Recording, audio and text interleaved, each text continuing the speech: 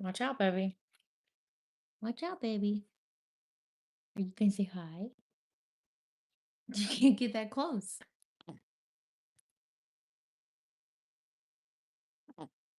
Yeah.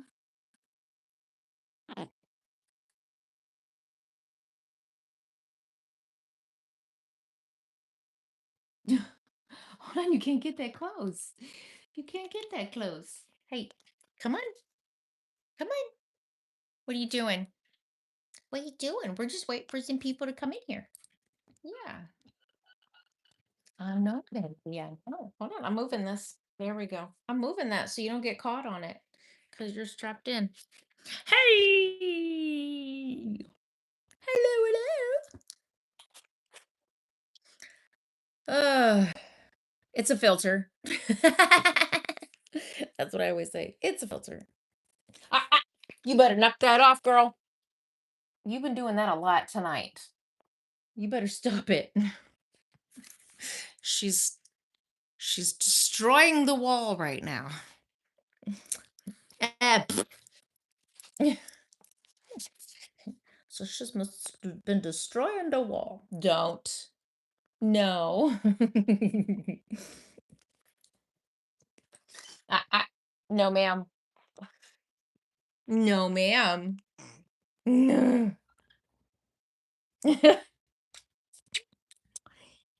Oh, look. Titi put on wieners. Titi put wieners on the screen. She did. You gonna tell her? Tell her. So no wieners on the screen.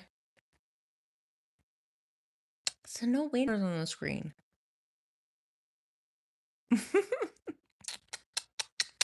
You're my sweet girl. You're my sweet girl. Yeah, I know. You now remember, I know you're sleepy, but you can't make too much noise, okay? Yeah. Okay, I'll slouch down so you can hang out on my arm. Oh my goodness. There you go. That's where she wants to hang out. She'll probably fall asleep. I know, right? What up, Cryptid Targeted? I've been she's gonna be a little loud if she's not with me because she's tired, so she's yelling at everything. That's what she does. Hey, hey, can you get off of there? No, you don't need to mess with that. Hey, you don't need to mess with that. Thank you. She gets noisy when she's sleepy, which I find funny. I'm like, why are you so noisy when you're tired? It's almost like she's trying to tell me that Mom, I'm sleepy, like a crying baby, kind of thing. Hmm. Exactly. Exactly. She's the boss. Oh, you can be noisy, but mommy can't? Huh? Is that what it is? Like, you can be noisy, but mommy can't? No. I do not want your hands in my mouth.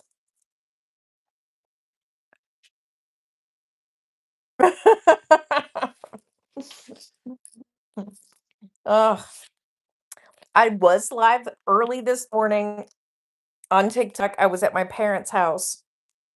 I wanted to test the Wi-Fi over there because I would probably end up, if I went live on Saturday, that's probably where I would end up going live at. Well, the Wi-Fi ain't as good. Or ain't any better. Let me put it that way. It's about the same. No, no, no, no, no. And she says, I just want to touch it. Just want to touch it. I know, right? There are certain spots where the Wi-Fi is better, but I'd have to go find them. And I wandered all over. Don't pull on that wallpaper. I wandered all over that property. So, yeah.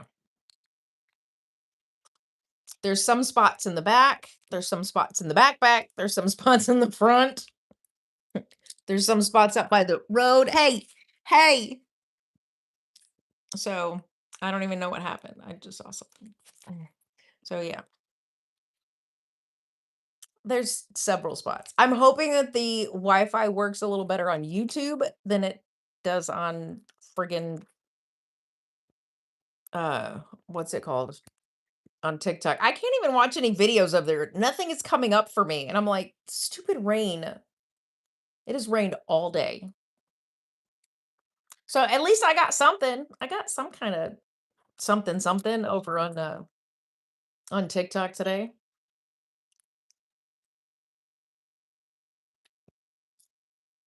But anyway, while she figures out what the heck she's gonna do, I'm gonna go ahead and try reading. Oh yeah. And not only that, but it shows there's rain in the forecast for Saturday, which sucks, by the way. Um, yeah, and it shows right now there's rain for the next hour.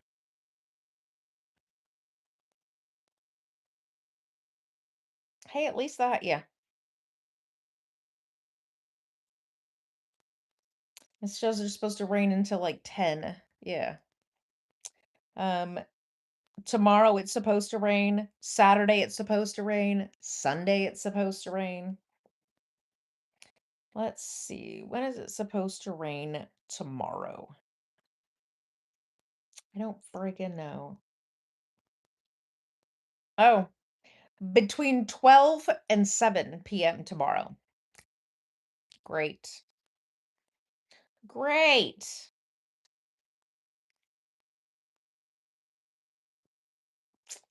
Awesome. I love that. I love that so much for me. What about Saturday? What is Aria doing? Aria's just hanging out. Just hanging out for now. Saturday it's supposed to be noon to 6 or 11 to 6. And there's supposed to be more rain on Saturday than there is tomorrow. Awesome. I friggin' love that for me. The what you call it? The open house is supposed to be Saturday, so we're hoping. Um Sunday Sunday's between 4 and 7. All right. So, anywho, hey, you know what? It's in the 80s. It's in the 80s, so we're good. It doesn't look like anything's gonna get. I'm sorry, baby. I know. I don't want you chewing on the wall, okay? I know. I know, but right there it's not so good. Yeah. I know, baby. I know, sweet girl. Yeah. You almost ready for night? I know. Me sweet girl. Oh, all right. Let's get started. I'm gonna read at least one chapter and then I will go put her to bed. So,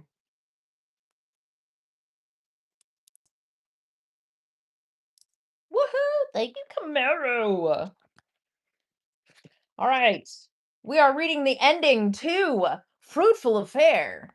So, where we left off at, there is a dead body that has been disemboweled and is now hanging from the light fixture in one of the rooms. Um, yes. Oh yeah, Christy Jorgensen, when you were having issues with your phone yesterday, they figured out that there is a TikTok tap that you can actually do here. uh, yeah, that too. So, anyway. And the answer to your question, dude, we're in Texas. We are in Texas. Oh, it's different from the double taps. Ah, well, either way. Just make sure you like video or like the live, whatever the hell. I don't know. Anyway, so I'm starting at chapter 19. We're reading from 19 to 29. There isn't a whole lot left to go. So for there to be, 10 chapters in there, some of them are going to be short. Hey, sweet pea. Hey, sweet pea. No, you can't have that either. No, no, that's mommy's. Actually, you know what? Mommy's done with it. Here. Thank you. If that keeps you from tearing up the wall, you can have that. All right, we're gonna start at chapter 19. I don't even know if she's gonna chew on it or if she's just gonna fold it. Let's see, chapter 19. As Jasper escorted me back to the party, he interlaced his fingers with mine. I kissed the back of his hand as we approached the door. We will get this taken. We we will. Can I read today? We will get this taken care of. Stay with Charlotte and Jillian. I will come back as soon as everything is being investigated and Faith is no longer needs me, Jasper told me before giving me a kiss and heading back inside to meet back up with Lee. What's going on right now? Charlotte asked. The police and Faith are here. How are Jenny's children? I asked. Distraught. What happened? How did someone get in and out of the center without being noticed? Jillian wondered. We aren't sure yet, but it seems we have another windy event, I told them, slightly heavily, sighing heavily. Is everything okay? Oh, shit. Mary asked. There isn't a lot of information I can give you right now, but thank you so much for keeping an eye on things while we dealt with the situation inside. I will make a statement later, I told her. I rubbed my face with my hands after Mary and the other ladies had walked away. Grabbing a chair, I placed it next to Jenny's kids. They were huddled together on the ground next to the table, and I felt as though I should talk to them. I gathered my thoughts before saying anything. Hey, I'm going to be contacting your aunt and grandmother. Jessica, did you want me to do it or did you want to call and talk to your grandmother? I asked Jenny's kids. I don't want to talk to her. This is her fault anyway. I would rather stay here, Jessica said, tears streaking her face as she stared down at the ground. Why would you say why would you say what happened to your mother was your grandmother's fault? I wanted to know. When we left my father's house, my mother tried to go to my grandmother's house, but she refused to take her in because of us, Jessica said. Are you sure that's right? I don't think your grandmother would have said that, I told her. Are you saying my mother is a liar? How dare you? Jasmine yelled through her tears. I never said your mother was a liar. I just think she may have misunderstood. I tried to reassure them. I don't know why you would even call my Aunt Courtney. My mom has always said she was a bitch who never liked us anyway, Jessica told me. I don't like it when you use that language, Jessica, I said. I don't care what you think. There isn't anyone in our lives anymore that actually gives a shit, Jessica cried, wrapping her arms around her siblings. I took a deep breath, stood up, looked at Charlotte and Jillian, pursed my lips, raised my eyebrows, and shrugged. I moved to the chair back I moved the chair back over to the table. Okay, well, I need to go make this phone call, but I have been advised not to go anywhere alone, I stated, peering at Mark and Tom as they stood behind their wives. You want just one of us or both? Tom asked, changing his stance as if he were about to fight someone. Well, I would only need one, but if you two need to do everything together, I could use you both, I said, laughing. Tom and Mark slapped their hands together in a high five as I stood up and turned toward the door in order to head inside. We walked toward my office so I could make the call. The police presence in the center was thick, and most of the officers were just standing around watching the doors. I stepped into my office and sat down behind my desk while Tom and Mark stood outside the door. I pulled up Jenny's emergency contact information, picked up the center phone on my desk and called her mother. Susan answered the phone on the second ring. "Hello," Susan said. "Hello, Susan. This is Mackenzie Tully from the Ansley Kirkland Center for Recovery. We have had an issue with Jenny this afternoon. Are you able to come to the center so we can talk?" I asked her with a somber tone. "Of course. Are the kids okay?" she asked. "I would rather not discuss this over the phone. The kids are physically okay. Are you able to contact Courtney or did you want me to do that? I think you should both be here." "Mackenzie, you're scaring me. Is it really that serious?" "It really is." "I'll pick up Courtney. I'll be there as soon as I can," Susan said before hanging up the phone. "Hey, Tom," I called out from my seat. "What can I do for you?" Tom said as he entered my office while Mark stayed outside the doorway. I need to figure out the best way to handle this situation with Jenny's mother and sister. Are you able to find Agent Faith Lee? I would like some advice on what to say to them, I requested. You got it, Mackenzie, Tom said as he stepped out of my office in search of Lee. Mark stood outside my office. Tom ran off upstairs toward Jenny's room, and I sat staring at my desk. If what happened to Jenny was a warning to me, how long would I have to wait before they came after me? I didn't want to have to look over my shoulder for months worrying about when it would happen. Mackenzie, you wanted to talk to me? Faith said, interrupting my thought. Hello, Faith. I need your advice, I told her as I stood. Sure, what can I do for you? She asked, stepping into my office and sitting down on the sofa. First, we may need to get some items for the children from that room. Do you know how long it will be before we can do that? I inquired, stepping over to the sofa and sitting next to her. I'm not sure. They are collecting evidence, taking pictures, and they will need to remove the body before you will be able to go into that room. If I have to, I will go out and buy some clothes for the kids, she said, touching my hand. I nodded, looking down at my lap as Jasper entered and stepped up behind me. I was so glad he was there. I needed his support as well. Jasper slid his leg up over the arm of the sofa and leaned across the back behind me. Is Tom and Mark still out there? I asked Jasper. No, I told them to go back outside to take care of their wives, Jasper said. I hope you didn't say it like that, I told Jasper. It was something like that. I'm sure Charlotte and Jillian would prefer to have their husbands out there with them. You were supposed to be outside until I came back to get you, Jasper said. I came inside to call Jenny's mother and sister so they could come here in order for me to inform them of the incident. I'm not sure how to approach the situation. I was just wondering if Faith had any advice on what I could say to them when they get here, I requested. That's fine, Jasper said, standing and moving over to one of the chairs across from my desk. Okay. First thing you're going to want to do is make sure they are calm. Don't give them too much information. Just let them just tell them she was alone in her room and she was found deceased, Lee informed. Should I tell them that her kids saw her like that? I wondered. How are the kids? Jasper told me about that. Oh, shit. They are they are traumatized. I don't want Jessica, Jasmine, and Jimmy to go home with their grandmother or aunt and tell them what they saw. I think it would be shocking if Susan or Courtney were caught off guard finding out that those poor children saw their mother hanging from the ceiling fan with her intestines on the outside of her body. You're right. You don't want the new guardian to be caught off guard when the kids describe what they saw. The best thing to say is the children discovered their mother and the center staff was able to remove the children quickly, Lee explained. Damn.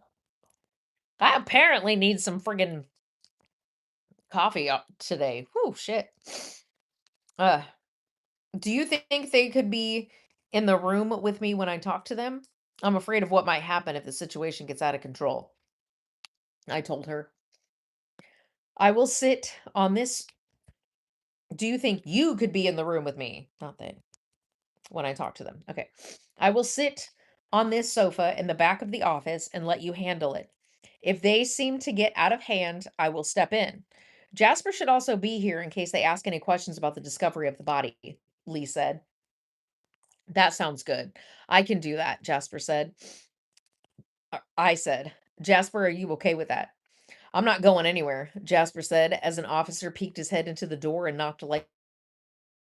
I stood up and walked over to my desk as Lee shifted on the sofa.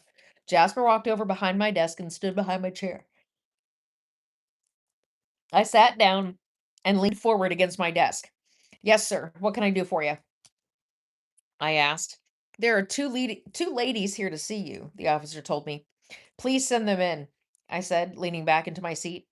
Mackenzie, what's going on? Susan asked as she and Courtney walked through the open door. Please sit down, I said as Jasper walked over and closed the door. What did Jenny do now? Courtney scoffed as they sat down. We have we have had an incident involving Jenny. She had been alone in her room. Her she had been alone in her room. Her children were being escorted back to the room when she was found deceased. I started to explain. The two of them stared at me, dumbfounded. Susan's eyes widened. Her face began changing to a pink hue as tears rolled down her cheeks. I gave them a few moments for the information to sink in before I continued. I'm so sorry for your loss. I hesitated before continuing, trying to be as gentle in my wording as possible. At this point, I am thinking about Jessica, Jasmine, and Jimmy. Uh, they are going to need a place to live, and I feel like family would be the best for them, I explained. How did she die? Courtney asked. There aren't any specifics as of this time, but they are in there investigating now, I said. What can you tell us? Susan asked, wiping the tears from her face. The children were there when she was discovered, but the center staff was able to remove them from the scene quickly. I recited exactly what Lee told me to say. How did they find her? Courtney wanted to know. That's not important. What is important is that Jessica, Jasmine, and Jimmy are going to need a lot of support from the two of you, I continued. Jasper quietly stood behind me with one hand on my shoulder, and Lee was only spectating from the sofa. Susan placed her head in her hands and sobbed as Courtney rubbed her back. Can we see the children? Courtney asked without any emotion. Of course. Did you want me to have them brought in here or did you want to go to them? I asked. I don't want to be in this office anymore. Take me to them and Courtney. Why can't you why can't you show that you and Courtney, why can't you show that you care even just a little? Susan said, rubbing her face. Okay, everyone is outside today. We were having a party for all the children here at the center, I informed them as we all stood and headed for the door. Jasper and I led Susan and Courtney down the hallway toward the exit as Faith headed up the stairs to return to the crime scene. She was a horrible sister and has never been nice to me. I hope you're able to get the kids to understand that we were never the problem, Courtney told Susan. Courtney, your sister has just passed. Be respectful, Susan scolded Courtney. Fine, whatever, Courtney huffed, shrugging. Now, if the kids were outside, why is Ginny in her room alone? Are the adults not invited to the party? Susan argued. Jenny was probably being a bitch and stomped off to her room to pout, Courtney said. Your sister just died. Show some respect. Susan scolded Courtney again. Sorry, Mama. I'm sorry, Kinsey. Mackenzie. Go ahead, Courtney said, rolling her eyes before lowering her head. She was being disrespectful this morning to some of the guests, and I told her that after the party, I wanted to discuss her continued residency here if she was going to be disrespectful on a regular basis. That was due to an incident from a couple of nights ago as well, I explained. See, Mama, I told you she was being a bitch, Courtney said. That's enough out of you, Susan scolded Courtney a third time. Miranda says she's going to be a little late. She's taking care of something. But, what up, Lieber? Yeah, I bet it, I know it's got to be just the rainy weather. It's making me so tired. Whew.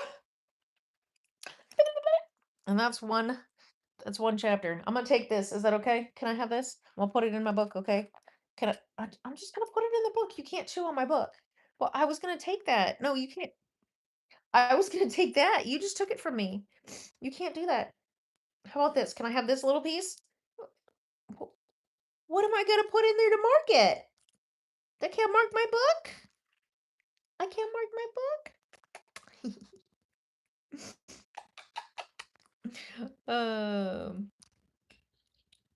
Look at you, sweet baby. You're not gonna let me mark my book at all? No, you can't have that. No, you can't have that. Look, I'm gonna take this piece, okay? I'm gonna take this piece and mark it in there. Thank you. Thank you. I appreciate it. Okay, come on. You see her every time. She's like, mine. All right. Uh, okay. You ready to go night? I know you better be. I know you better be. Ugh.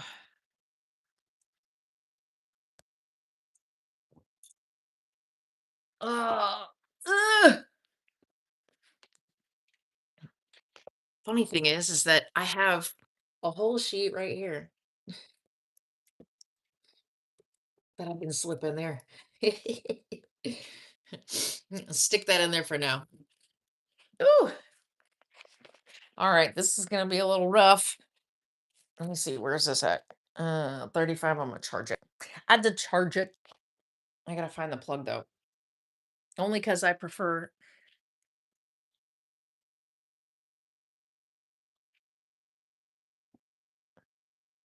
trying to get the videos to upload. Oh, did you unplug my cords? No. I have a feeling it's more to do with that outlet than it has anything to do with these cords. There it goes. I think it has something to do with that outlet. That's what happens when people who are not very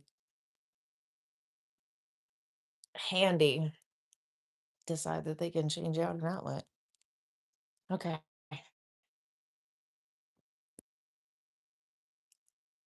There is grass in there. Is that a spider? Boy, there's a spider on the floor. Ugh, there's a spider on the floor. Hold on. Hold on. Let me put my stuff down. Okay. Ready? Ready? Are you ready? Are you ready? Are you ready? All right.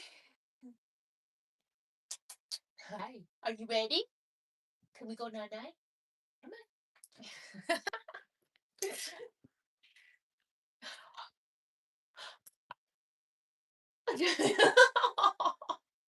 Your sleepy eyes. Here, I'll open it up if you want to go and rub by yourself, huh? He said, no. She hold on to me. It's time for night night, okay? You ready to go night night? Are you ready to go night night? Are you ready to go night night? Come in. Come in. Hey, come in. Are you gonna give me a hard time? Are you gonna give me a hard time? Are you gonna give me a hard time? Come on. Come on. Come on. How about this? How about tonight when mama comes to bed, I'll get you out, okay? And we'll cuddles. Huh? You wanna have cuddles? You wanna have cuddles when mommy comes to bed? Exactly. She says night night on the arm. She said, I lay down right here. I go night night right here. If she actually would, that would be awesome. But I think that's what I'm gonna do since she's been having such a hard time with this. Come on. Come on. Come on. I know. I know. I know. I know. Hey. Hey. We don't do that. I know. But we don't do that, okay? Can we go night night, please? Can we go night night, please? Hmm? Come on. I know. I know. Here, how about if I sit down on the floor real quick? Ugh, and I know it has more to do with the fact that your bed's on the floor again. I'm sorry. But I had to take the legs off. They were unsafe, baby, okay? I know. I know. I love you. I love you. I love you. Okay, come on. I know. I nope. Come on. I know. I know. I know. Come on. Come on. Good girl. Nope. Nope. Nope. Nope. Nope. No. I know. I know. I know. I know. I know. I know. I know. I know. But you gotta go night night. You gotta go night night. You are so tired. I can see it in your face. Okay. Come on. Come on. Come on. I no. Now you're getting no. No. Now you're getting too much. No. Now you're being too much. Watch your fingers. Thank you. No. You're too much. Oh yeah. Oh, I don't like it.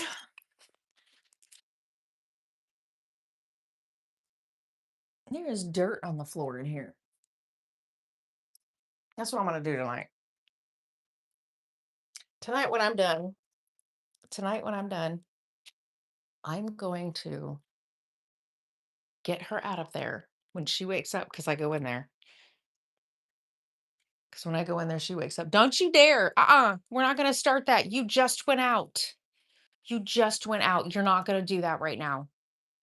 Hey, no, go back and lay down. Lay down.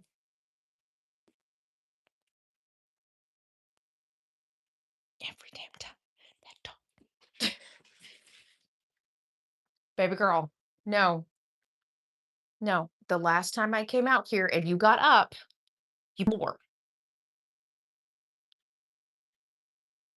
I let her out. She comes back in. She wanders. She pees on the floor. She's been out. I took her out just before I went live. Okay, out. Come on. If you're gonna get up, you're gonna get out. I'm not. I don't have time for you to no. Okay, then lay down. She goes right back to that blanket. No.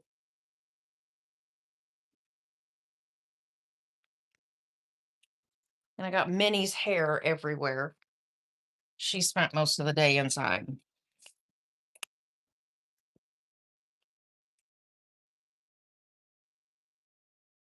Minnie has spent most of the day inside because it's been raining most of the day.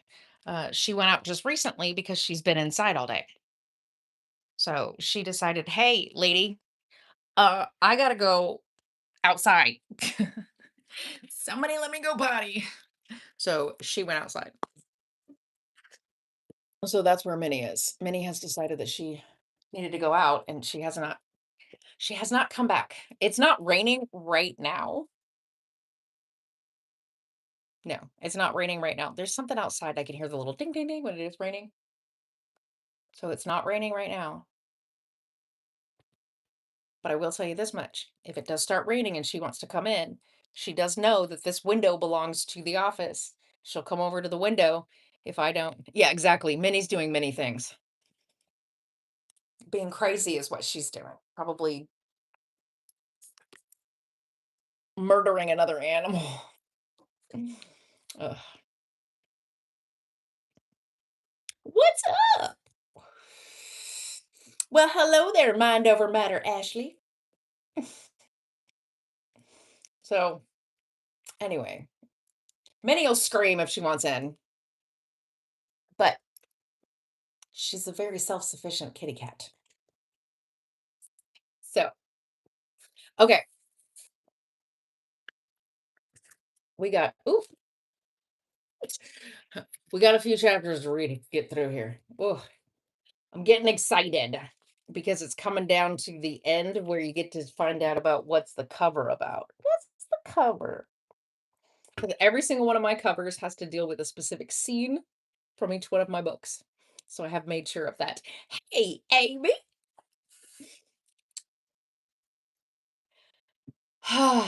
So I hope everyone has had a wonderful day. It has been very, it has been very wet here. Thought I heard many just now. Uh, but what's up, Amy? So anyway, it has been very wet here today. The signal at my parents' house is not any better than it is here at my house. And yeah, the rain has caused a delay in everything. I was planning to go live twice today on TikTok, but by the time I got home and the rain had started, I couldn't even watch TikTok. So I was kind of upset about that. You're getting the rain tomorrow and all weekend. Yeah, we're getting it for the rest of the weekend. Friday, Saturday, Sunday. I'll have to look to see when or what time the open house is, but I know it's earlier on Saturday. So hopefully the rain will hold off until after the open house if we have the open house early enough. So we're good on that end, I think. Got to get the house sold. Oh, yeah. Like Minnie's been inside all day long because as soon as I got home, I opened that door and she came inside and I was like, all righty. Yeah, I know. So she came in, she laid down and was like, this is where I'm going to stay. And I'm like, okie dokie, just let me know when you need to go out. I've gone out there, had lunch. It wasn't raining at some point. It was just really cloudy. So I let the dog out. Minnie went out. They both came back in at the same time, hung out in the house. It started raining again shortly after that. But yeah, Minnie's been inside most of the day. I left out of the rain party. Oh, just wait, girl, because I'm pretty sure it'll be headed your direction too, especially if it's going to Chrissy Jorgensen. If it's headed to Chrissy Jorgensen, it's headed your way too. Hi! Hi, Katie. What up? I know. I know. One of the biggest things though is that her hair is all over the house. So her hair is her hair is in the house now. So I am finding mini balls, mini hair balls on the house, in the house. Good. That's what I'm here for. Gotta make people laugh, smile, share the smiles. We don't take money here. We just take smiles. If you've ever seen that movie, your money is no good here. We just take smiles.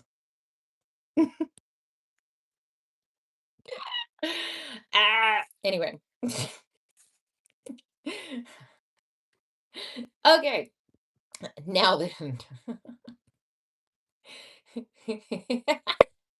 He left those behind.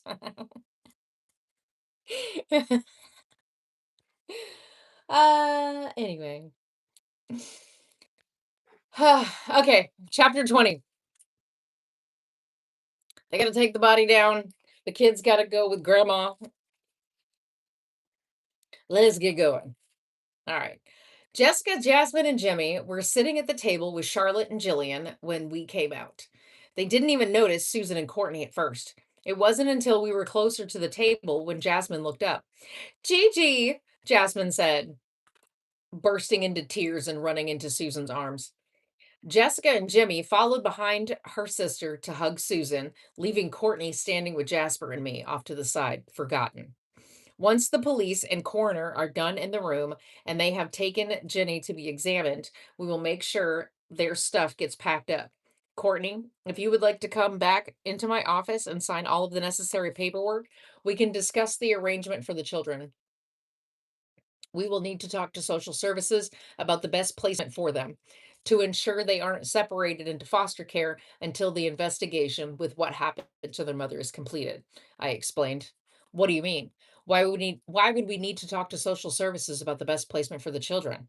Susan asked, still clutching Jenny's children.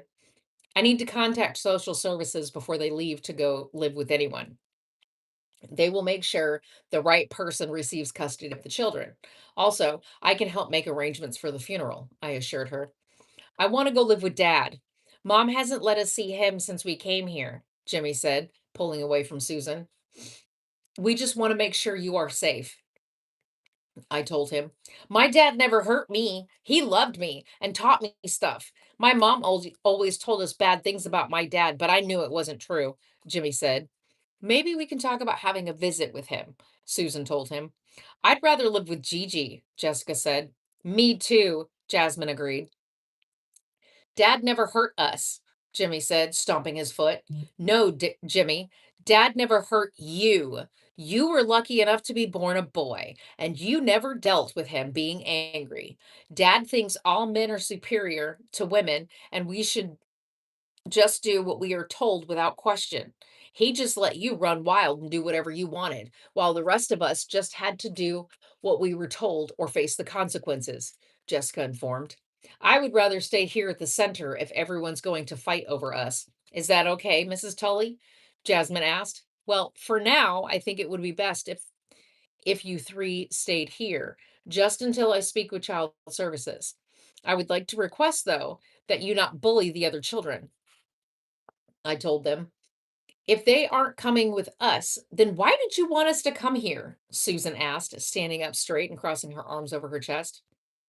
I thought it would be best if you heard the news in person rather than over the phone. Also, I figured you would want to see the children and make sure they were okay.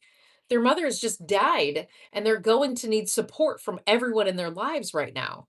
I also think it would be in their best interest to stay here and participate in the group therapy sessions, I explained. I would rather take them home with me and schedule therapy for them. They would be better off with me anyway, Susan stated. I'm willing to live by the rules of the center if it means the fighting stops. We have listened to our mother trash everyone in our lives for as long as I can remember. I have never actually seen the actions from these people that my mother has told us. I would like to be able to form my own opinion about everyone. This is Tully, and everyone here at the center has always cared for us, as well as the other children, no matter what my mother told us, Jessica stated. Why don't we just go back to my office and discuss this? I told Susan before turning to the children. If the three of you want to go play for a little while, we will be right back. I also want to talk to that FBI agent that was in the office with us, Susan said before turning and storming into the center. Oh, no, no, no, no.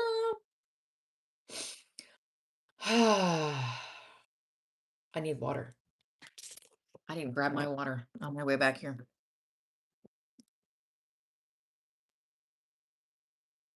Woohoo! Thank you, Amy. I know. I don't know if there's a way to pin anything either. Mm,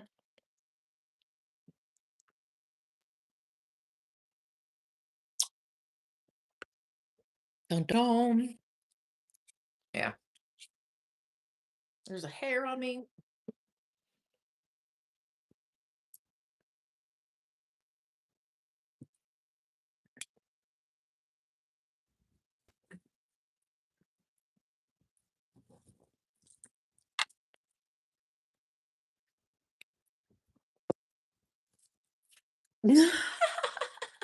Oh no.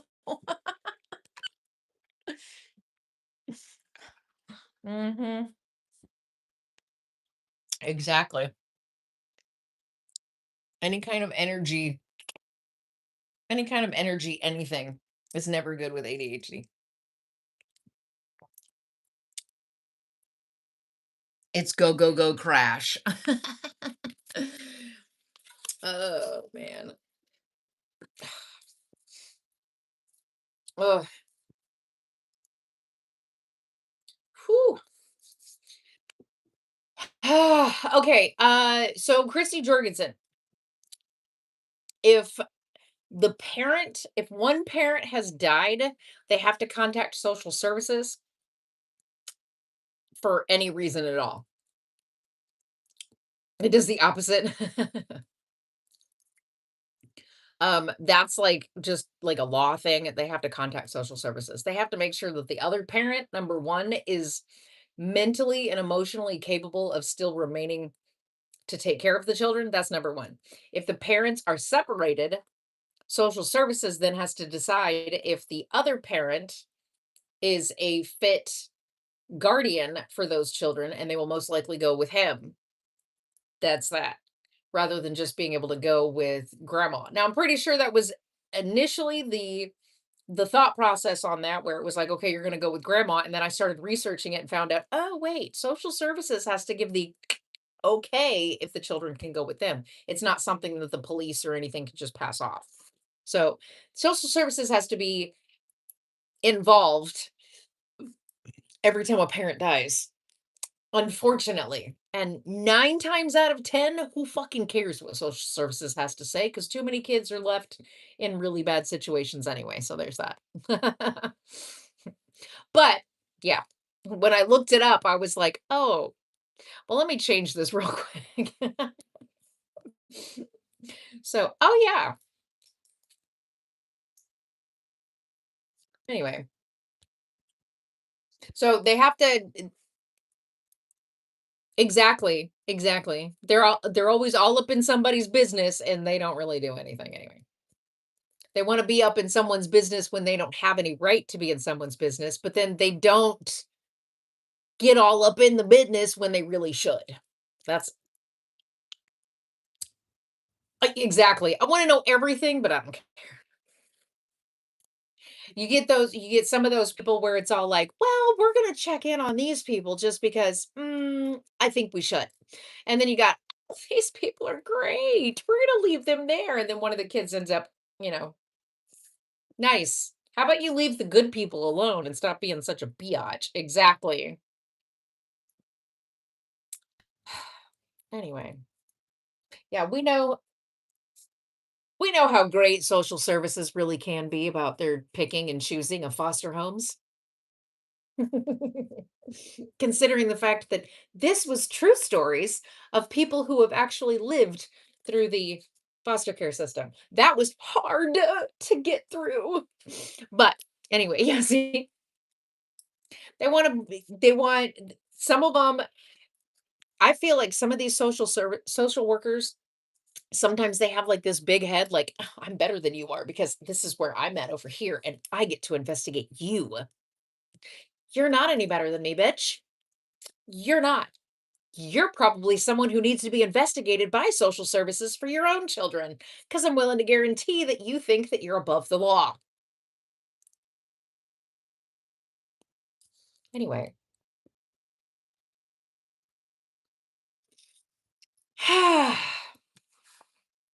I have no faith in most of that. I will say that much. Yeah, exactly. I have no faith in some of those people. Mm. Speaking of which, before I finish this, I saw a video of a 911 operator that was not only fired, but ended up 5 years in jail for hanging up when someone called for help several times, not just once, but 4 different times. And I don't mean like 4 different, just hang up. No, no, no. 4 different emergencies, several times on each one of them. So they had noticed that this one woman, her 6-month old had stopped breathing. So of course she dialed 911. Oh, you heard it too? Yes. Her 6-month old stopped breathing. So she dials 911. The 911 operator, as soon as she starts panicking, just hangs up. I saw the one where you said yes. That was the last comment that I saw. um, but oh yeah. And I was like, I'm sorry, what? And she thought that maybe the call got disconnected. So she calls back and the lady hangs up again. The 911 operator. 5 times. 5 times this woman hangs up on her. The 911 operator. Yeah. The 911 operator hung up on her 5 times until she decided to drive her 6-month old to the hospital. By the time that she had got there, he was gone, and the hospital, when they did the autopsy, actually had found out that if that 911 operator would have sent help for that 6-month-old baby, he would have survived. The first call. Yeah. Took care of a girl whose mom chose substance over her child. Yeah, social services give her back. Yeah. And exactly.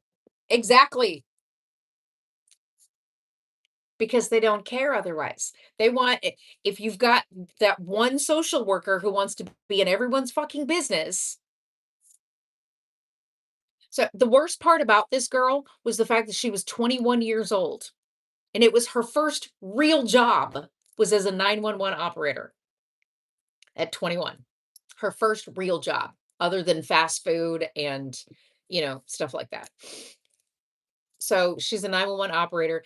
When they asked her why she hung up on those few calls, she said she just didn't feel like working that day, and that's why she hung up on them. Oh, she was fired. She was, put in jail for 5 years. She was sentenced. Oh, yeah. Oh, of course not. Why would they do a thorough investigation? It's a biatch. That was the reason why they didn't no. They didn't wanna do a full investigation. She just didn't like the way you looked, probably. She goes, "Nope, I've already got you pegged." That's when you wanna punch. Yeah. 5 years. And they only found 4 phone calls because they weren't regularly checking them. They weren't regularly checking the phone calls. So they're only recorded for so long. So they were only able to get Just those few, I know, right? A mother lost her baby because she decided that she didn't wanna work that day. Really? I mean, seriously, that the some of these people need to just, I don't know. I don't, anyway, it really is. It's really sad. I love how the comments are coming through, but it says there's nobody in here. That's awesome. Everybody left. Um, right? Send the call to somebody else. Don't just hang up. Oh, I would have too, Camaro. I would have too. Absolutely. Because it's like there's nothing you can do. Once social services decide that they're going to take your kids, there's nothing you can do until they say it's okay. Or you have to do exactly what they say. And half the time, what they want you to do is stupid and unnecessary. I mean, I can understand for some parents they need to take some kind of parenting class, but it depends on what the hell they were reported for. And then you get some of these kids like, oh wait, hold on. The lady that's in jail right now, the YouTuber lady, 8 passengers, she had her two older children kept contacting CPS and was like, you need to take these my siblings. My siblings need to get out of that house.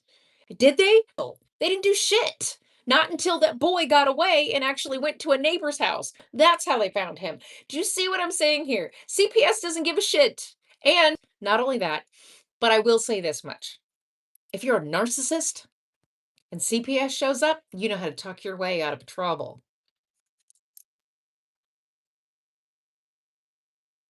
What was their reason for not checking up? Because they just assumed that it was, a child calling on their parents. Yeah.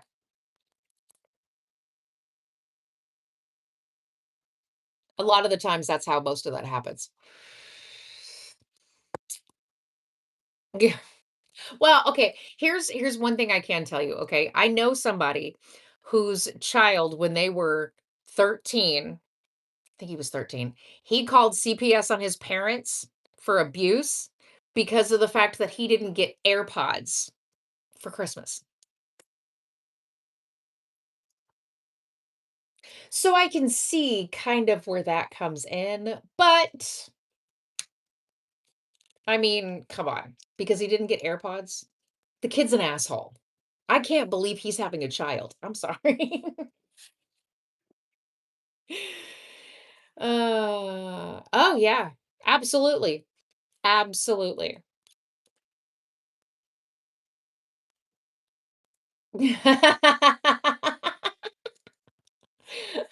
I know, right? Sometimes when they hit a certain age, it's like, "God, I wish you would." Go ahead.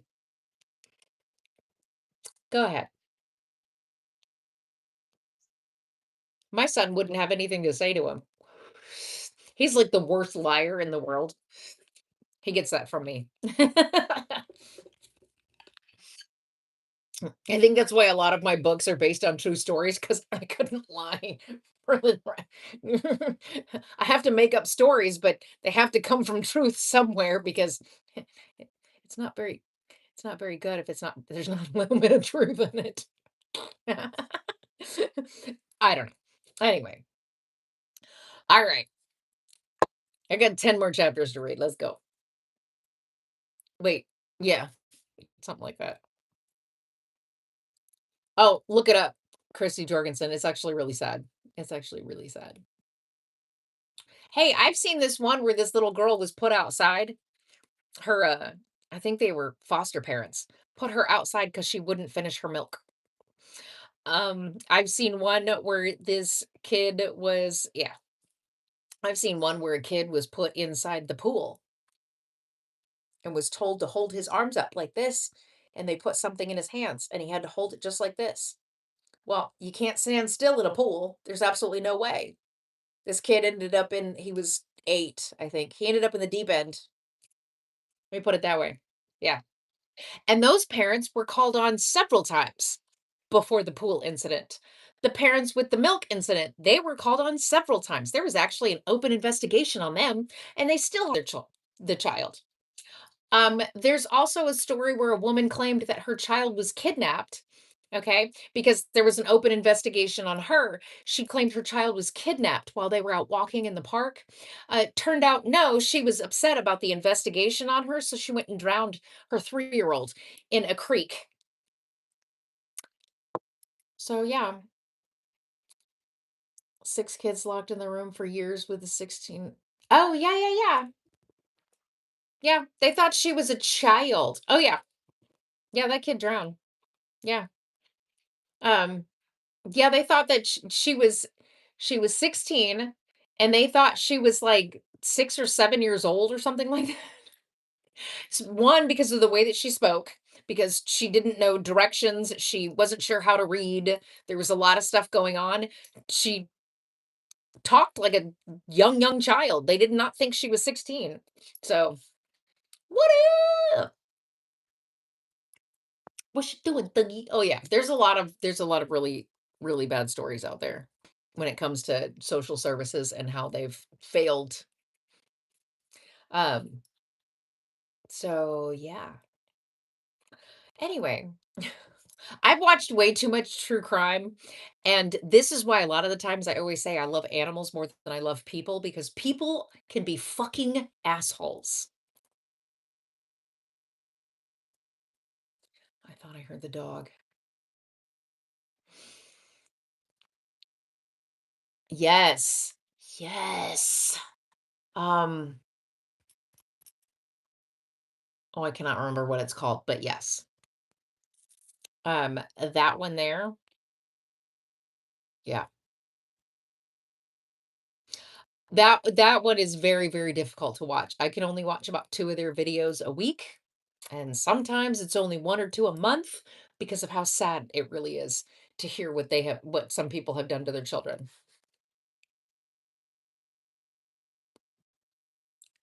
Ugh. Hold on, Christy Jorgensen, you're old enough to remember some of this shit. Um, so back in the day, when crime wasn't so widespread out on the news and stuff like that, did y'all really take your kids in the stroller and just leave them outside the store as you ran in to go grab something and then come back out and get your stroller with your kid in it?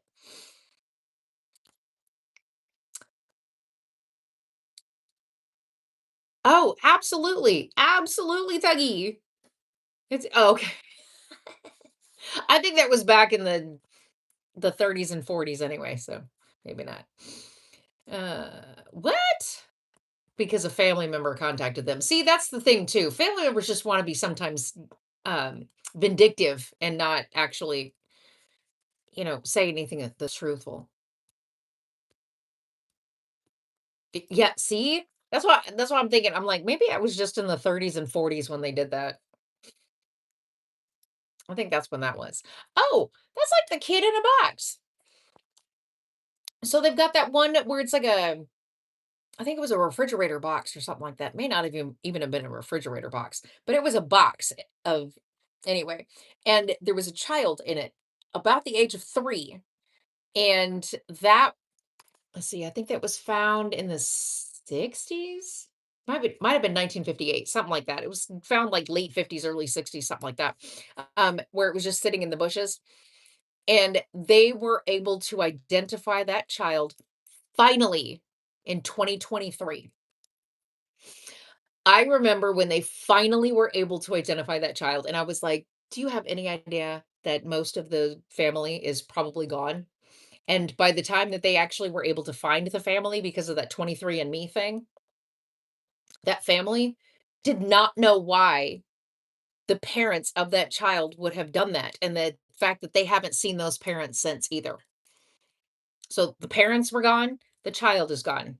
They don't know where his parents are either. But they were able to get a name for it, so that's nice. Oh my gosh. Just hand over her gotta do laundry. Here you go. What? Oh, okay. Okay, well, that's a different thing. If it's for a good reason, then okay. If it's not for a good reason, sometimes it's yeah, right? Okay. Anyhooser, I'm gonna read. Oh yeah, I'm gonna get through 2 chapters this time.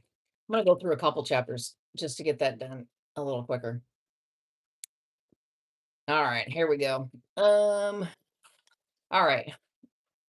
Courtney and I followed Susan into the center and back to my office.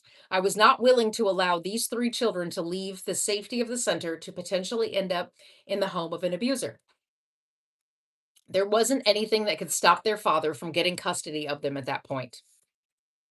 If their father has abused those girls, it would not be advisable to allow any of them to leave the center, I told them once the door to my office was closed. Look, if my daughter would have died at home, the police would have let me take the children. So tell me, why won't so tell me why you won't let me have them, Susan said emphatically. First of all, if Jenny was murdered at home, social services would have taken the children for a couple of weeks while the police continuously questioned them. Then there would be a hearing as to the custody of the children. If it was determined that their father didn't kill her and he has the means to support the children, he would be awarded the children. It's within the best interest of the children to keep them here at the center. If you take them home, their father has the right to come to your home and take them with him.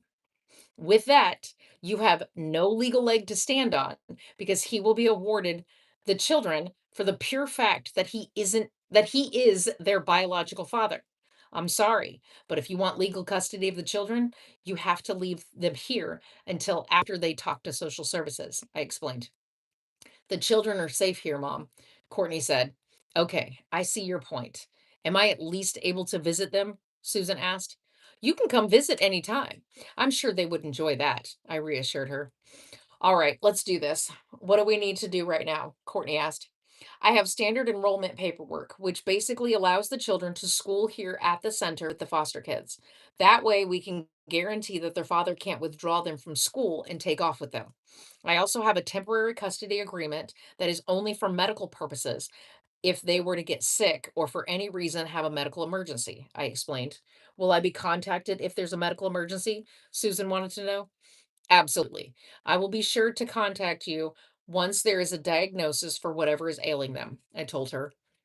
Why would I have to wait until they have a diagnosis?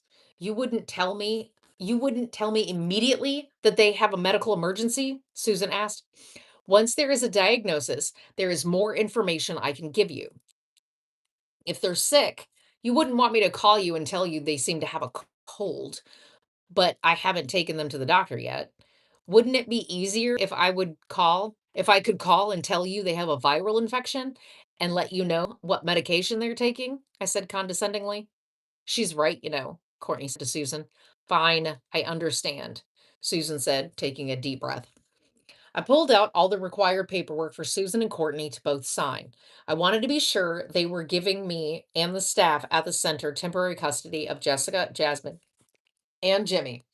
I knew the 3 of them would not be happy that they would have to change rooms, but considering their status had changed, they would have to move in with the foster kids.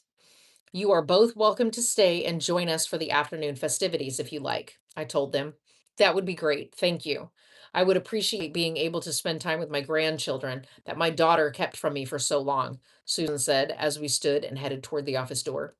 Can I say something without you getting mad at me? Courtney asked Susan as she stopped in front of the reception area. As long as you aren't going to just say that Jenny was a bitch, Susan told her, rolling her eyes. No, I just want to say that I think Jenny was a narcissist and she was only happy when others were miserable. It was only a matter of time before she pissed off someone just enough, Courtney said, shrugging. God, have a nice thing to say about your sister, Susan stated. Can I say something nice about someone who was inherently selfish, that she had purposely kept her children away from family in order to control their perception about said family? She liked to tell lies in order to she liked to tell lies to others in order to gain sympathy for herself. I literally thought she was injuring herself. then turning around and claiming her husband was beating her. I thought she was lying for sympathy. That was until the girls started getting random injuries. I told her she needed to leave her husband in order to save her children. For years, she told me that she was the only one in danger. And the only reason the girls got hurt was because they got in the way when he was beating on her. She told me Jimmy knew to stay out of the way. When I tried to talk to Jessica, Jenny kicked me out of the house and blocked me from being able to contact her or her children. She knew they were in danger, but refused to protect them. I fault her just as much as I fault her husband. She shuts everyone out of her life, those of whom she couldn't manipulate. She then convinced her children that anyone she couldn't manipulate was a bad person and they couldn't be trusted. I believe Jimmy is the narcissist in training, and we need to do what we can to reverse it before he embraces it, Courtney explained. Why had you never told me any of this before? Susan asked. Because you won't listen to anything negative said about your oldest daughter. Jenny has mentally and verbally abused her children since they were about a year old. Once she could manipulate them mentally, that's when she started breaking down their spirit so they would have to depend on her for the rest of their lives, Courtney said. That can't be true, Susan said, her legs buckling under her. It is true. You just couldn't see it because you are her mother, and she was just that good as a manipulator. Since she grew up in your house, she knew what to say and how to say it in order to get you to feel sorry for her. She made you think that she was a better person than she really was. Jenny had treated me like shit my entire life. It never really started to click that she was a narcissist until she would go years without talking to me. I started to realize it was because my life was happier than hers, and she didn't like that. She was only happy if others around her were just as miserable as she was. I refuse to allow life to define who I am and do what I can to enjoy life to the fullest, Courtney said as we assisted Susan into a chair behind the reception desk. I feel so blindsided that I didn't realize that my child was callous and calculated, Susan said, sobbing uncontrollably. Jenny was a cold hearted bitch, and I feel as though this could be seen as a good thing. She is no longer available to leak her toxic behavior into others, Courtney said. That's awful. Could you please be a little more courteous? Despite the fact that you wrote her off as your sister years ago, I just lost, I did just lose my daughter, Susan scolded Courtney as she wiped her face and nose with a tissue. Well, I love you, Mom, but you would never listen if anyone spoke ill of your golden child. I tried to tell you several times about Jenny's behavior, but you would just tell me to stop. That bitch made my life miserable and lied about me to her children. Then she would spend years not talking to me because I refused to wallow in self pity with her. Plus, I refused to allow her to manipulate me into thinking that her life is so bad, Courtney argued with Susan. I'm done having this conversation. Take me out to see my grandchildren. Susan said, standing. Quietly, the three of us walked back outside to be with the children. Jasper was standing just outside the door waiting for me. We sat at the table with Charlotte, Jillian, and their husbands, while Susan and Courtney sat at an empty table. 22.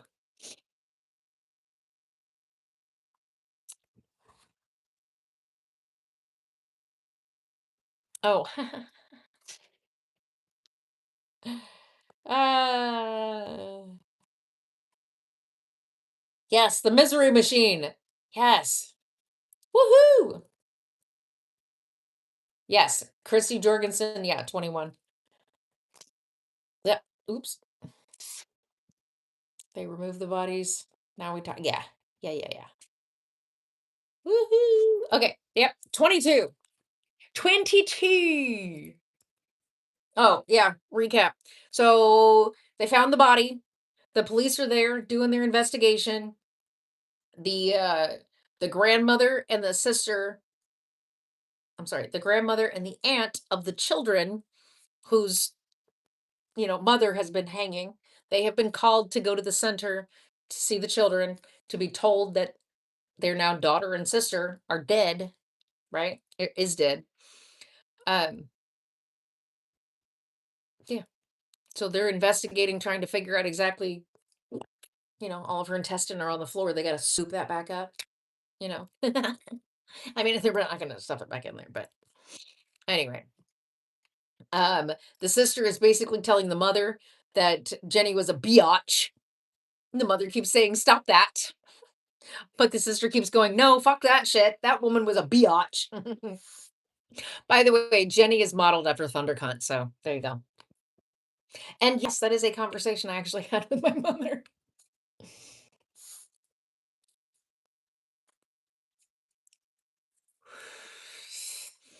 Anywho,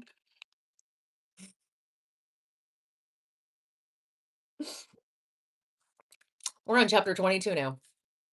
All right. Mhm. Uh, once I was 20 weeks once I was 20 weeks pregnant, Jack and I headed off to receive a gender ultrasound. Oh, hey, we're jumping up here. We're jumping up here because remember she was 4 weeks. So now she's 20 weeks. Got to get to the let's make it to the good part. uh, once I was 20 weeks pregnant, Jasper and I headed off to receive the gender ultrasound. Both Charlotte and Jillian already knew the gender of their babies, but they were waiting to reveal what they were having until Jasper and I knew what our baby was. We were still awaiting more information from the murder investigation of Jenny. Faith told me that the medical examiner had found Jenny's killer, had also given her a complete hysterectomy. Her uterus had been found mangled inside the pile of her intestine. The forensic lab was still running tests to find any evidence of another person. So far, they had only been able to find DNA from Jenny and her children in that room. Are you excited? Jasper asked once he had parked the car at the doctor's office. I don't know if I want to know. I feel as though it might be more exciting when they announce it after the baby is born, I told him. It would be easier to buy things for the baby once you know. It will help you relax. You have seemed so tense since we found out you were pregnant. I'm terrified because what if the same thing happens with this baby that happened with the twins? I didn't know the gender of the twins, but it makes this baby more real once we know the gender. The baby is real, regardless of knowing the gender. Also, do you really think that someone is going to cut you open and try to take our baby? You never know. Amber was telling me about Angela stalking me and then the Jenny situation at the center. I'm just saying, it's a possibility. Uh, at this point, you are just grasping at straws, Jasper told me, rubbing his forehead. Okay, fine. Let's go in and find out what we are having, I said, reaching for the car door handle. Jasper reached over and touched my hand. He smiled, grabbed my hand, and kissed the back of my fingers. I smiled. Then we exited the vehicle and headed toward the front door of the medical plaza. We checked in at the front desk, then sat down to wait for my name to be called. I cried quietly, staring at the ceiling, with my hands clutched between my knees and my legs jiggled. It didn't take long before the inner door opened and a nurse holding a medical chart emerged. Mackenzie Tully, the nurse called out. Jasper and I stood up and followed the nurse into the hallway. She stopped at the scale, and I stepped onto be weighed. You must be eating very healthy. You've only gained 2 pounds since the last time we saw you. Good job, Mommy, the nurse said as I stepped down off the scale. She then directed us into the sonogram room. Jasper sat down in the chair next to the exam table as I climbed up onto the exam table and laid down. I pulled my shirt up over my growing belly, and the nurse tucked a paper bib into the waistband of my pants, then squeezed the warm jelly onto my abdomen. Okay, do you want to know the sex of your baby? The nurse asked as she ran the wand over my belly. Yes, we do, Jasper chimed in. The nurse looked down at me and raised her eyebrows questioningly. I silently nodded, and she nodded back. It's a girl, the nurse announced. We're having a girl, Mackenzie, Jasper told me, standing up and kissing my forehead. I did feel a little better knowing that I was having a girl.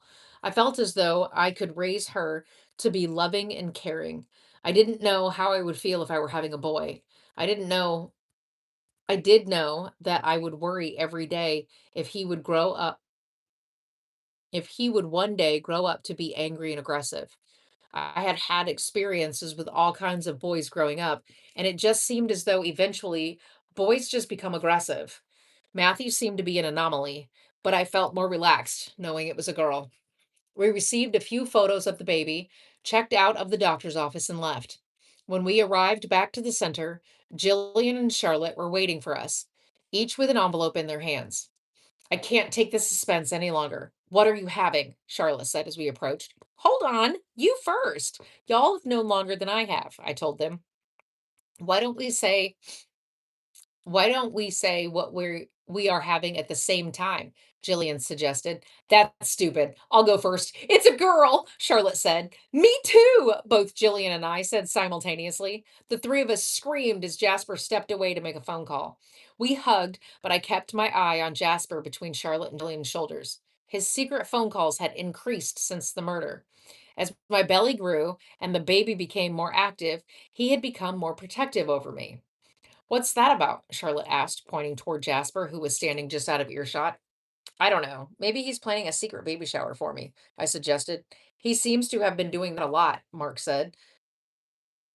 Mark said Jasper had been pulling away and isn't as friendly as he was before, Jillian told me. I have noticed some differences in him since we got married, but it's more that he's been keeping a closer eye on me. He's just being protective because he loves me, I told them, almost as though I was trying to convince myself more than I actually believed it. It's more than that. It's the way he is looking at us right now. He looks like he's conspiring against us. It's almost as if he is trying to figure out a way to get Jillian and me away from you, Charlotte said. I don't think that's what he's doing. I said, shit. More of questioning myself at that point. Just make sure that he doesn't try to keep you away from us, Jillian said, embracing me. That will never happen, I told her. You have always been and always will be my family. I would always choose the two of you and my children over anyone else. Charlotte and Jillian walked into the dining area as I headed toward Jasper. He quickly hung up his phone and smiled at me. So all three of you got pregnant around the same time, and all three of you are having girls within weeks of each other. Isn't that nice? Jasper told me. It is nice. It's so weird, but how different each one of our pregnancies have been, but all the babies are the same gender, I said. Well, all women are different, so each one of your pregnancies will be different. Let's go to our room and rest up. You look tired, Jasper said, leading me toward the stairs. I wasn't really tired, but I followed him anyway. Once we had entered the room, I lay down on the bed and Jasper cuddled in behind me. I felt as though maybe I was being irrational. He placed his hand gently over my belly. Jasper loved me and loved our little girl. I didn't think he was trying to take away any of my family, but because they were concerned enough to mention, I was going to keep an eye on him. Hey, I was okay. Hold on. First of all, that was a conversation I had with my mother, but I was a little nicer about it. I had to do some dramatic effects with it. But yes, I do call her a thunder cunt. She is. Yeah, she is. Um, she's a narcissistic manipulator, and if she cannot manipulate someone into doing exactly what she wants to do, or like when she wants to sit there and complain and you have nothing to complain about, oh, now she's mad at you. She's mad because you won't complain with her. Like, I have nothing to complain about. Why am I why am I gonna complain? So, anyway,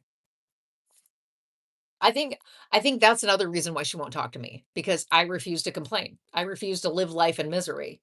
I wanna be happy. If I wanna be miserable, I do it I cry alone. Yeah, it's really bad. Hey, all three of them having girls is fun. Jasper's a bastard, I'm saying it now. Camaro's on record of saying Jasper's a bastard. Hey, Amy's been saying since book 1 that there's something wrong with Jasper.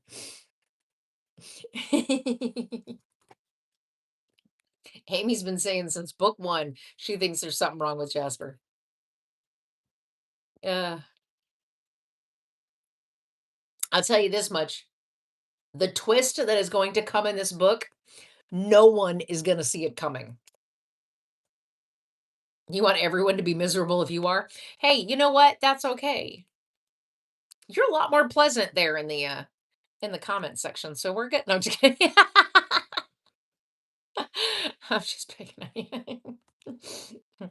I like to be miserable alone and wallow in my own self-pity so that when I'm around others, I can share smiles. See, you think it's funny. I'm just saying. Uh, that's how I do it. I do everything alone by myself. So I can Miranda probably knows what movie I'm talking about. There's no money accepted here. We only accept smiles.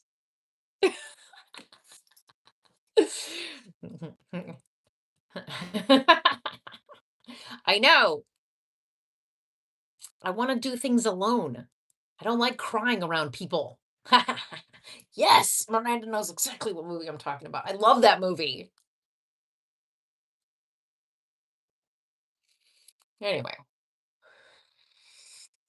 mm, so all right, and I got through 2 chapters just then. I know. I just like doing it alone. It's the best way to do it by yourself. That's how it is. Because then when you're around other people, you just get to do weird things. Oh, hold on. I gotta back up. There is a dance that I was thinking about. There was a dance I was thinking about from way back in the day. You know, when you put your hands on your knees and you're like, you know what I'm talking about. You know what I'm talking about. Come on. At least Camaro knows what I'm talking about. You know what I'm talking about, right, Camaro? Am I doing it right? Am I doing it right? Oh, don't worry. It'll be posted, Miranda. This whole video gets posted right here. Right here on the YouTubes. Wait, that's from the 20s? No, the 20s is more like this. Hold on. It's more like this. You gotta kick up your legs from the 20s.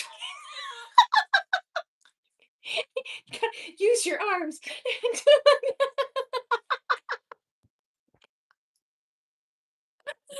uh, hold on. Let's see if I can get a clip so I can. There we go. I just got a little clip. So if I get a clip of that dancing just now, that'll go on TikTok. Hmm. I will put that clip on the TikToks. I'll download it right here. Hell yeah. Oh man. Otherwise, I'll just film a video for the TikToks. Do it again. Ah, I gotta read. We got the next chapter to get to. 23.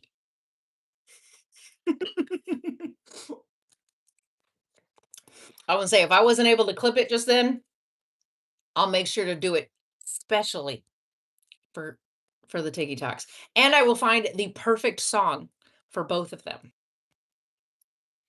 Oh, I need to do the MC Hammer. Can't touch this.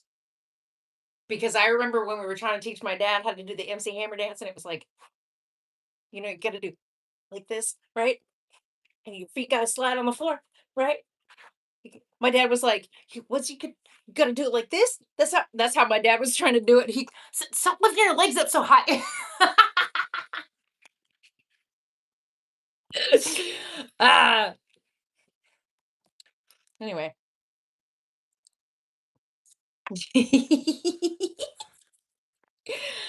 uh, anyway, chapter 23.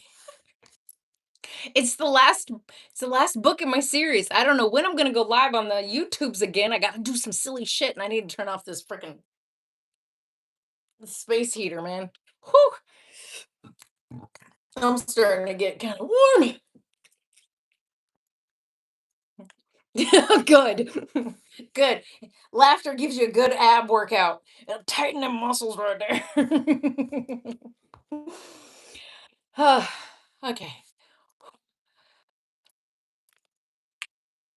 See, this is why I need to regularly. This is why I need to start going live more often on TikTok, because if I go live on TikTok, I can get tips. I can't get tips over here yet. I can get people to maybe hi. Uh-oh, Carrie, did you miss my dancing? Exactly. Exactly, lemur. Life is too good to complain. Did you miss my dancing, Carrie? You'll have to go back and watch the replay tomorrow. I just did two different dances and the MC Hammer dance.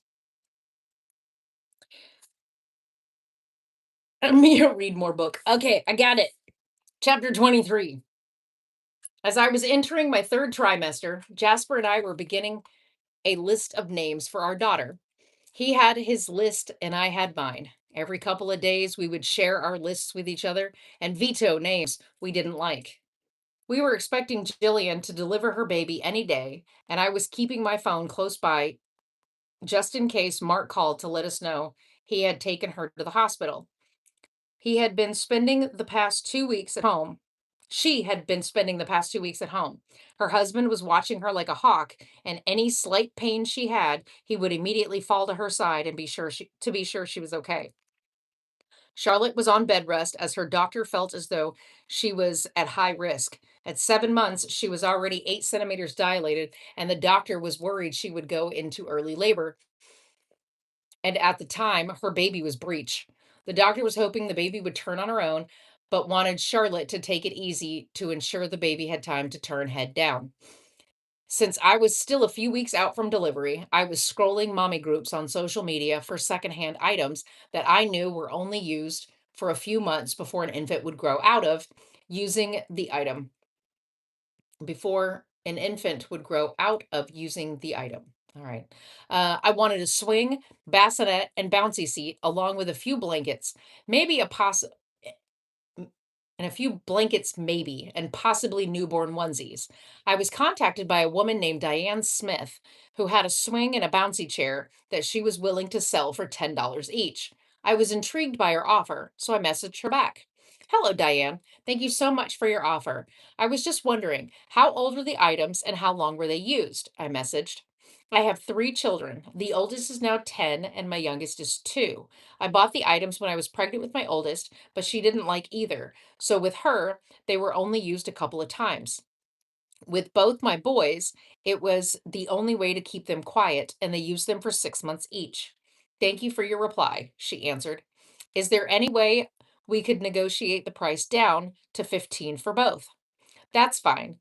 Let me get you my address and phone number in case you get lost. See you soon. When I found out she lived across town, I was grateful that she had contacted me. I had received 2 other messages from people who lived in different states. They weren't willing to ship the items to me, and I was beginning to lose hope. We had planned to meet up by the end of the week, and I felt as though I was another step closer to being prepared for my little girl.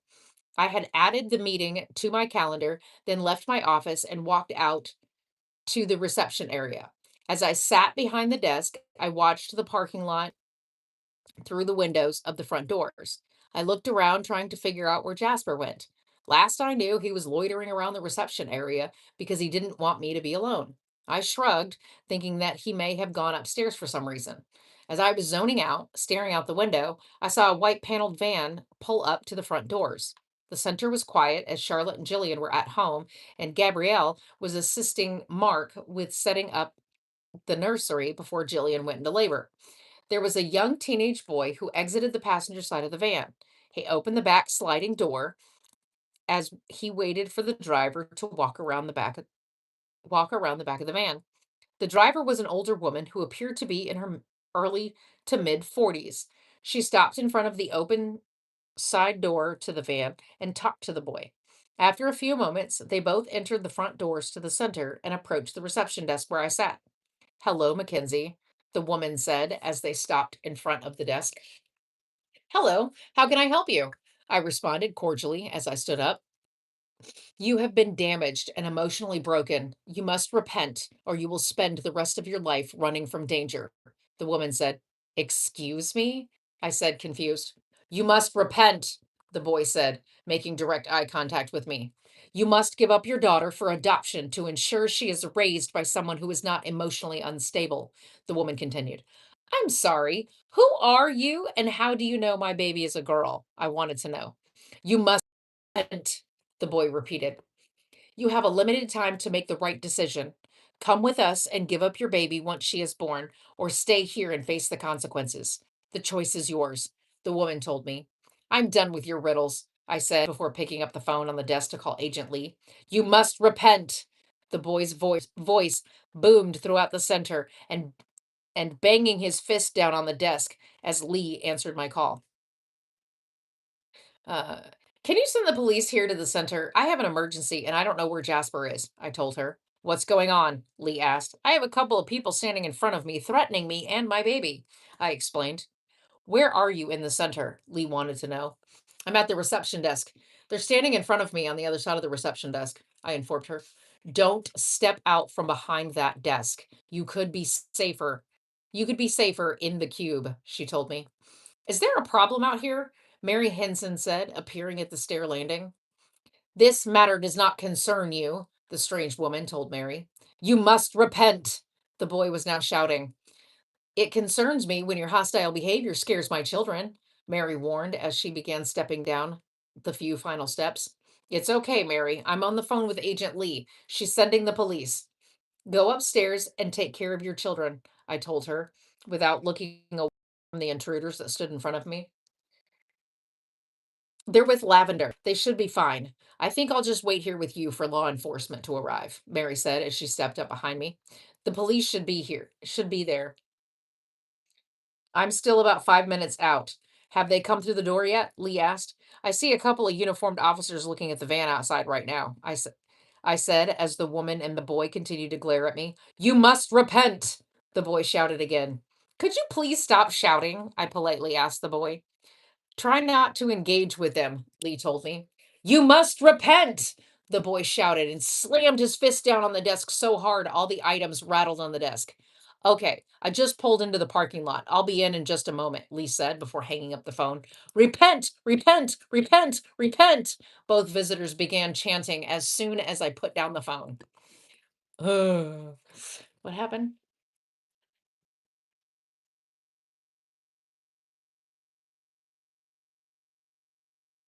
Oh, I meant other books, but that will do for now.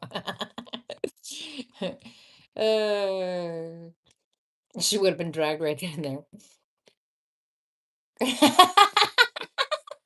Cardi B. uh, she's gonna protect the baby. Oh, you'll find out, Christy Jorgensen. You'll find out. This isn't the last you'll hear of them. Ah, chapter 24. Cult members, right? Chapter 24. The chanting gained the attention of the uniformed officers outside and most of the guests at the center. The guests began to gather along the stairs and on the landing. After the police cleared the van, they entered through the front doors, with Agent Lee close behind. "Let me see your hands," one officer yelled as they both placed their hands on their sidearm. The two stopped chanting and slowly turned around. The officers and Lee drew their guns and pointed them at the strangers.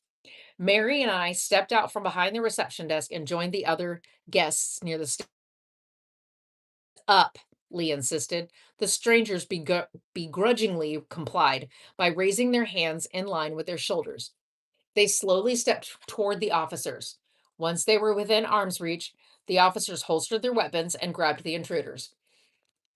The two were then handcuffed and led outside to their van. You all right? Lee asked, holstering her gun and quickly walking toward me. I think so, I said, tears welling up in my eyes. Do you know them? Mary asked. I have no idea who they are. They told me to repent and put my baby up for adoption because I'm damaged, I said, crying uncontrollably. Okay, everyone, head back to your rooms. The situation has been handled, Agent Lee announced as Mary consoled me. The guests dispersed.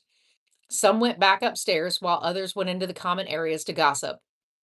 Mary and Lee, Mary and Lee led me into my office. Where is Jasper? Lee asked after I had sat down behind my desk and her and Mary sat across from me in the guest chairs. I don't know. He was supposed to be here in the reception area, I informed her, wiping my face and nose with a tissue. Have you tried calling him? Mary asked.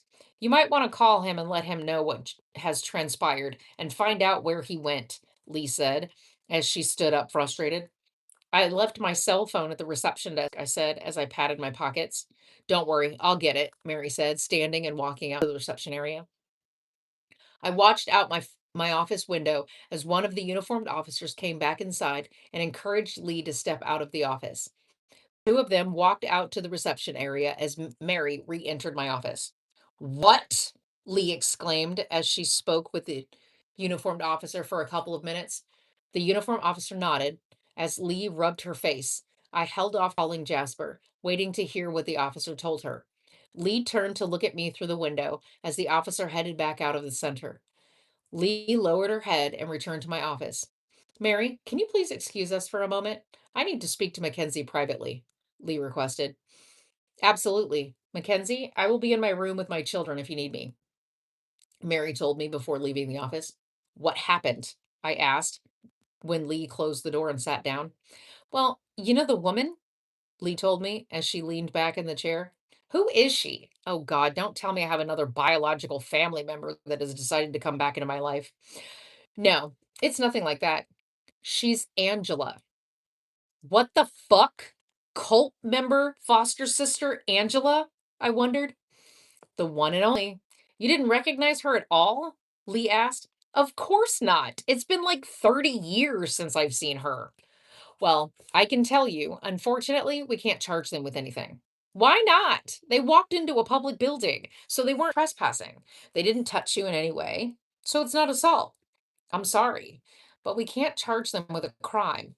But we can question them as to why they came here and threatened you. The law is vague as to what we can do in this situation. Technically, both me and my baby were being threatened. Can't they be arrested for making threats? If threatening someone was an arrestable offense, our jails would be full of people who made empty threats out of anger, Lee commented. So, in other words, I have to wait for them to actually act on their threats. What if they try to kidnap my daughter? I said, wrapping my arms around my belly. Well, you still have a little while before she's outside of your body. We can we can hope they lose interest before that time comes. I've already been cut open when I was pregnant the first time. There are a few cases of women having their babies cut out of their bellies. I fear this could happen to me again. It does happen, but it's rare. They seem to be more interested in being sure that you have a healthy baby. Right, because they seem interested in my baby's well being. It seems as though their persistence has ramped up since I last spoke to Amber. Have you heard from her recently? I'm a little concerned. She sounded terrified. She sounded terrified the last time I talked to her, Leah inquired. I haven't heard from her in months. I figured she finally got the hint. I told her to stop calling me, I told Lee. I'll contact the local police department where she lives to do a welfare check on her. I don't know why you should care. You're the one who told her to leave town and never talk to me again. Well, that doesn't mean I didn't keep an eye on her.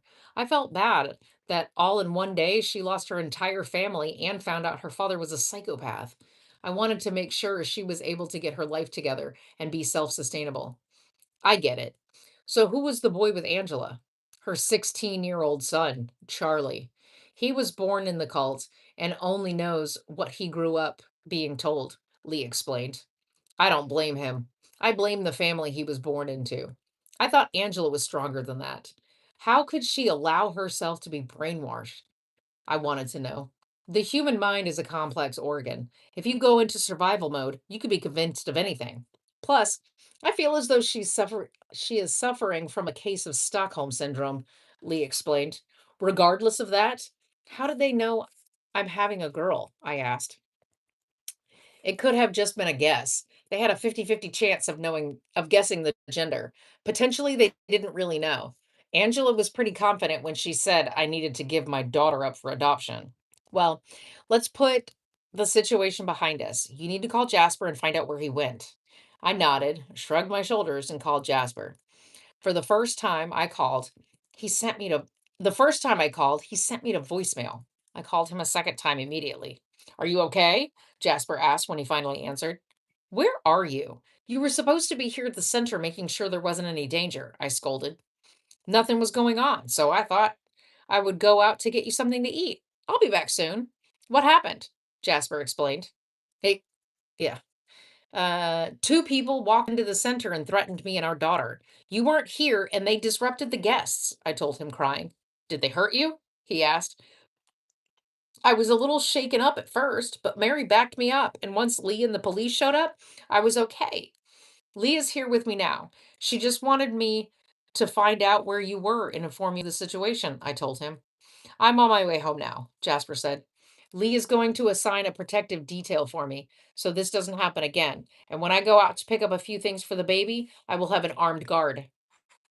Are you sure that's necessary? I promise I will never leave you again without telling you first. That's not the problem. The problem was the fact that you left me here without anyone. You knew there was a potential for danger. I'm sorry. I'm on my way home right now. Don't go anywhere. I want you to stay in the safety of the center, Jasper said. I have a few things I need to do. Gabrielle is coming by to watch the reception so I can go out and pick up a couple of things for our baby. I'm taking the protective detail with me and I'll be back later, I told him. You make sure that officer stays with you. I will, I promise. Where did he go? Lee asked as I hung up the phone. He said that since nothing was going on, he left to go get me something to eat, I told her. Have you eaten breakfast? Lee wanted to know. Yes, but I didn't want to eat lunch 2 hours afterward. I feel like it was just an excuse, I said, just as Gabrielle knocked on my office door. I waved her in and received a message notification. I looked down at my phone to see that Diane Smith had messaged me. I opened the message and read that she wanted to meet me later that afternoon. I responded, telling her I would be happy to, then gave a rundown of the situation to Gabrielle. I don't think Matthew would allow anything to happen to your little girl. He says they are meant to be best friends, just like you were friends with his mother, Gabrielle said, giggling. That would be great. He would definitely protect her, I told Gabrielle. Your protective detail is here, Mackenzie. Come on, let's go meet him, Lee told me, leading me out of the office.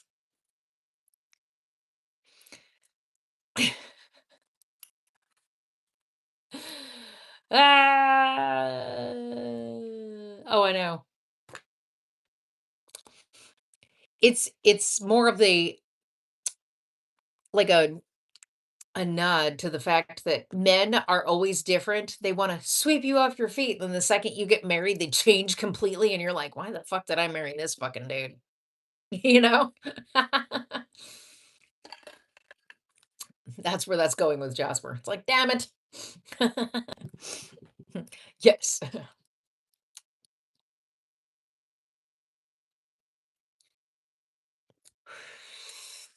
All right, 25. Lee introduced me to the plainclothes officer that was waiting for me in the reception area because they did the wooing. Yeah, exactly.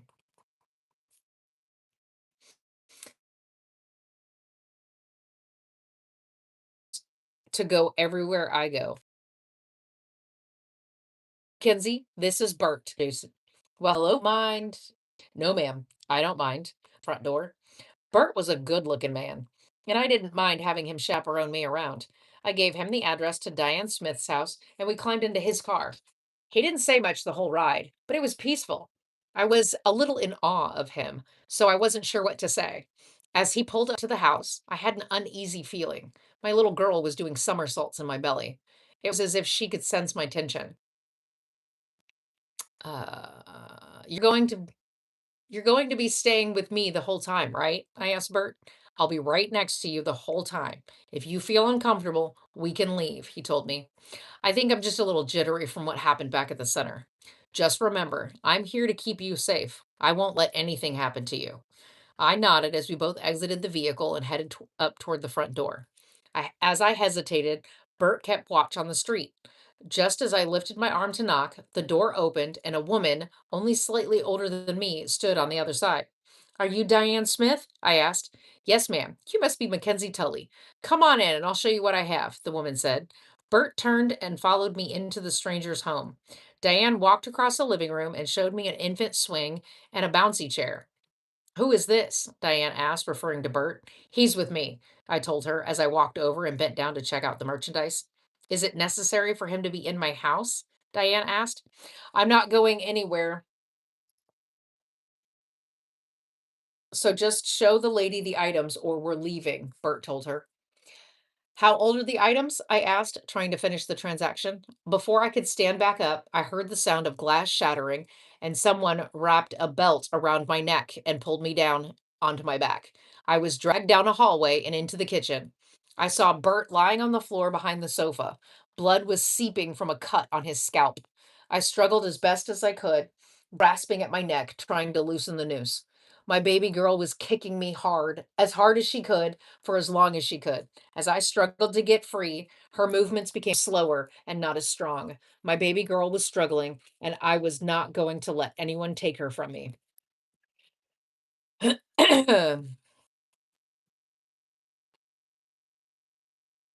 Oh my God, I hope not. I hope it's not lagging. No, no, I just updated it. It should not do any of that. It should not kick me off the app either. I'm not even on my iPad specifically because of the crackly noise. I don't even know what that is. As long as you can hear me, right? You can hear me? We're okay? Please say we're okay.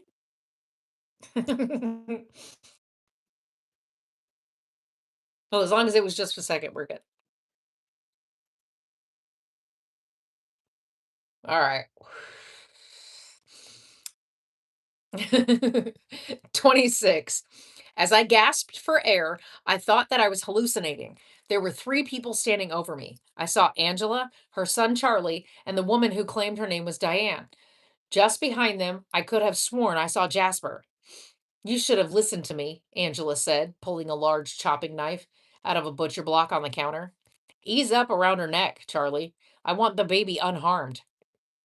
The figure of what looked like Jasper said. Angela, please. All I want to do is protect my baby.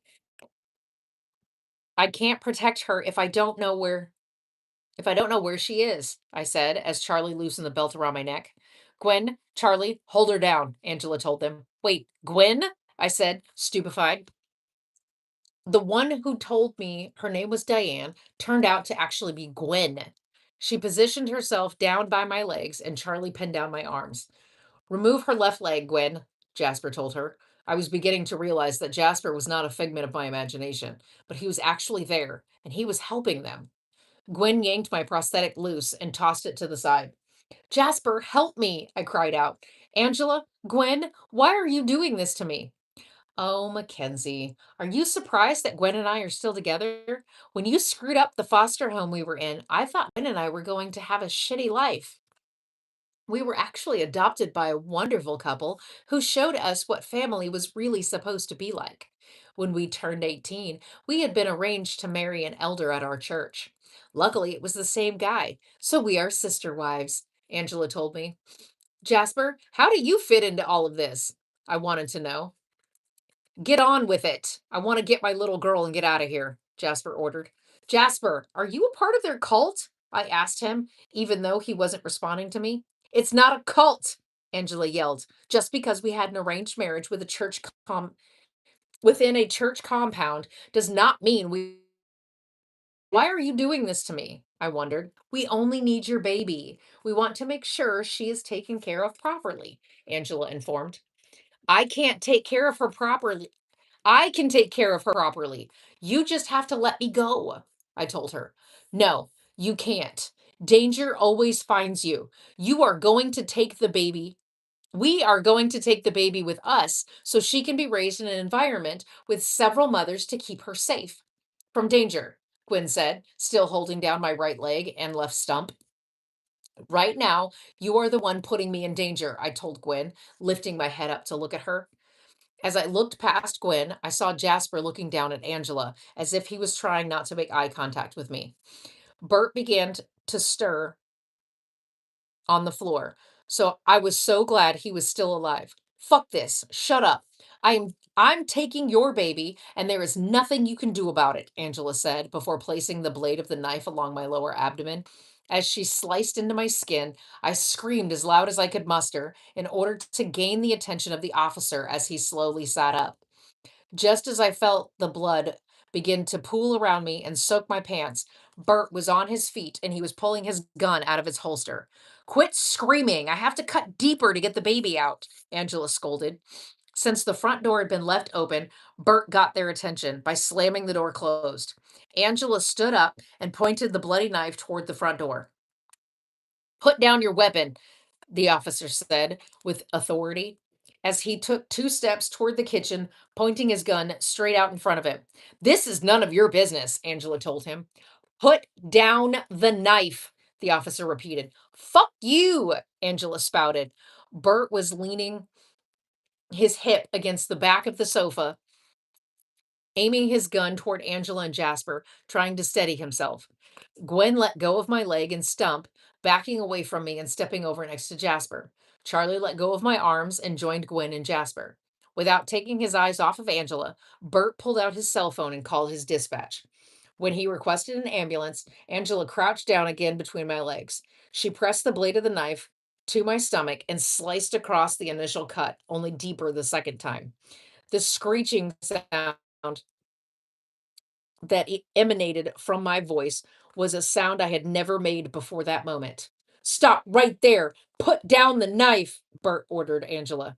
She quickly stood and lunged at him, knife in hand, and slashed his forearm. Out of reflex, Bert pulled the trigger on his gun and shot her through her shoulder. Angela dropped the knife, and Charlie pulled away from Jasper in order to grab a towel off the counter. He rushed over and pressed it against his mother's wound. He assisted Angela over to where Jasper and Gwen were standing. I tried to pull myself up on my elbows, but the gash in my abdomen burned and I yelled out in pain. I lay flat on my back with my hands on my belly just above the makeshift cesarean. My little girl was no longer moving, and I immediately began to fear the worst. The ambulance is on its way, Mackenzie. Just hold on a little longer, Bert encouraged me. Jasper, Angela, and Charlie were huddled against the wall between the kitchen and the living room. Jasper hadn't looked at me or even acknowledged my presence throughout the entire attack. I could feel blood seeping through my clothes, and I focused on my breathing, along with staying awake as I heard the approaching sirens. The front door swung open, tears rolling down my temples as I blinked quickly and moved my hands down to the sides of my pregnant belly. Get those four over there, Bert ordered the officers who rushed in. Hey, watch my shoulder. I've been shot, Angela complained. 6 uniformed officers handcuffed my attackers and led them outside. Angela was the only voice I heard as they were being taken away. Bert replaced his gun in his side holster and rushed into the kitchen. Stay with me, Mackenzie, Bert told me as he sat down on the floor next to me and held my hand. Is my baby going to be okay? I asked Bert. She's going to be okay. You're going to be okay. Just breathe and focus on me. The ambulance just arrived. They're coming in now, Bert reassured me. 2 EMTs rushed into the house with a gurney. They shooed birth. They shooed Bert away from me so they could each get next to me. They did what they could to contain the bleeding before I was gently transferred to a backboard, then lifted onto the gurney. What's your name? One EMT asked. Mackenzie. Mackenzie Tully, I said between painful breaths. Well, Mackenzie, I'm Terry and this is Nora. We're going to help you. How far along are you? The EMT wondered. 30 weeks, I told him. From what I can see here, she barely broke the skin and didn't nick the amniotic sac. We're going to take you to the hospital, make sure the baby is okay, Nora told me. Please, save my baby, I told them. I just contacted Agent Lee. She's going to meet us at the hospital. I'll be in my car right behind the ambulance, my protective detail told me as Terry and Nora wheeled me out. No, please, don't leave me alone, I pleaded with him. Mackenzie, listen to me, Nora said, stroking my hair. Officer Burt needs medical attention to the laceration on his head and the wound on his arm. As soon as he is looked at and cleared, he will be able to meet you at the hospital.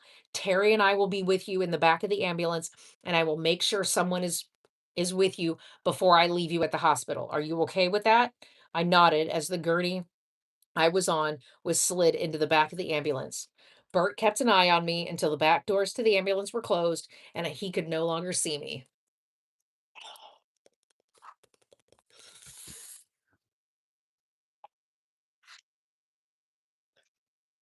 I knew it. Jasper was a bastard. Ah. Mm.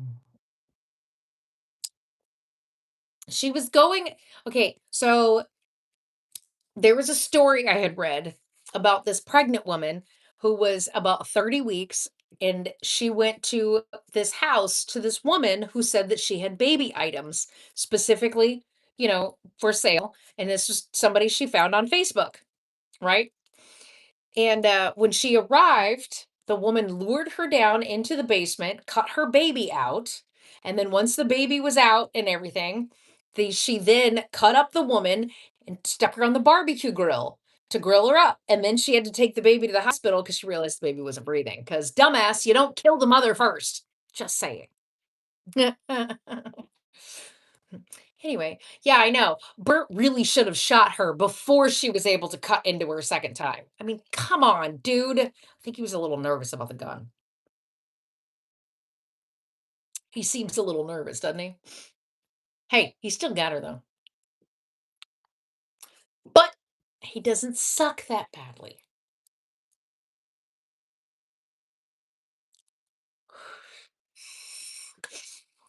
All right. Not enough. 27. On the way to the hospital, I felt as though I was having an out of body experience. Barney Fife, exactly, Christy Jorgensen. Do better, Bert. Uh, I was awake and aware of what was happening, but I was unable to respond to the medical technicians. They'd cleaned and bandaged my wound as best they could with what they had inside the ambulance. As I arrived at the hospital, the staff was prepared to hook me up to the fetal monitor machine. They placed straps over my large pregnant belly to monitor not only my baby's heart rate, but also to monitor any contractions I may have. Faith arrived a few minutes after the nurse checked all the monitors and was leaving the room. She rushed past the nurse and wrapped her arms around me. Oh my God, are you okay? She asked as she pulled away and placed her hands on my belly. I'm more worried about my little girl, I told her, tears streaming down my face. Mackenzie Tully, which room is she in? I heard Bert's voice from out in the hallway at the nurse's station. Bert, right here, Lee told him as she poked her head out in the hallway. Oh, thank goodness. Mackenzie, how are you doing? How's the baby? Bert inquired as he walked past Lee and straight to my bedside. She has a heartbeat, so it's still promising. The doctor says the incision went through to the muscle, but didn't puncture my uterus. If you hadn't stopped Angela when you did, she would have gone in a third time and would have punctured my uterus and amniotic sac. I would have been stitched up. I have been stitched up, and they are hoping it will heal within the next 2 to 4 weeks so I can have the natural birth I want, I informed him. Well, I got 5 stitches in my head and I'm all patched up. I will not leave your side until we are sure you are out of danger, Bert told me, grabbing my hand. Thank you, Bert. I appreciate your dedication, I told him, squeezing his hand. So Angela and Charlie lured you to their house using Gwen? Lee asked. It's because they knew I wouldn't recognize Gwen. I had no idea who Angela was when she approached me in the center. It's almost as if that was a test as to whether or not I would know who they were after all these years. They knew I was having a girl because of Jasper, I explained, crying uncontrollably. Jasper? Jasper was involved in this? Lee asked, dumbfounded. I think he's the one who knocked me out, Bert informed. He was ordering Angela as to what he wanted her to do. When you investigated Angela and Gwen, did you find anything that would have connected them to Jasper? I questioned Lee. There wasn't anything to indicate they knew each other in any way. I can check to see if Jasper's adoptive parents were associated with the same religious group, Lee suggested. You may have to do that anyway. When this goes to court, they may want to know if there is a connection. Mackenzie, how did you and Jasper meet? Bert asked. A couple of years ago, we met at a diner. We had gone on a few dates. Then he revealed that he was from my past. I grew up bouncing around foster homes and group homes. There was one group home where I thought I had found my soulmate. I knew him as Jojo. Jasper told me he was Jojo. I loved him when I was a kid, and all of those feelings came back when Jasper told me he was Jojo. I explained, grieving the loss of my love. Agent Lee, do you know who Jasper's adoptive parents are? Bert asked. I'll be looking into it, Lee said. Detective Rage gave me a rundown back when we first started dating, I informed, wiping my face. Are you sure that information was true?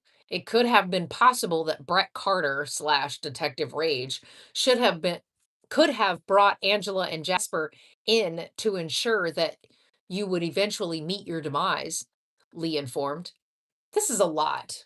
Do I need to bring Rebecca in on this to find out who Brett Carter really was? I don't know how much more of this I can take, I said, taking a deep breath. I don't know if Rebecca needs to be brought in on this situation. If I'm going to do a plethora of research and see if there is any connection between them, I don't want to include Rebecca just in case she is somehow involved, Lee admitted before stepping out of the room. You have really gone through some shit in your life, haven't you? Bert said. I just want it to stop. Am I destined to live a life where I can't trust anyone and I have to constantly look over my shoulder? I inquired. I can assure you, you can trust me. As long as I am around, nothing will happen to you or your daughter, Bert assured me.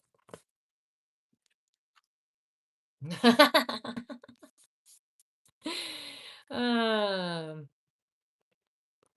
I know, right? Had he stopped her sooner, she wouldn't have done it twice. But whatever. Ah, we'll get there, Christy Jorgensen.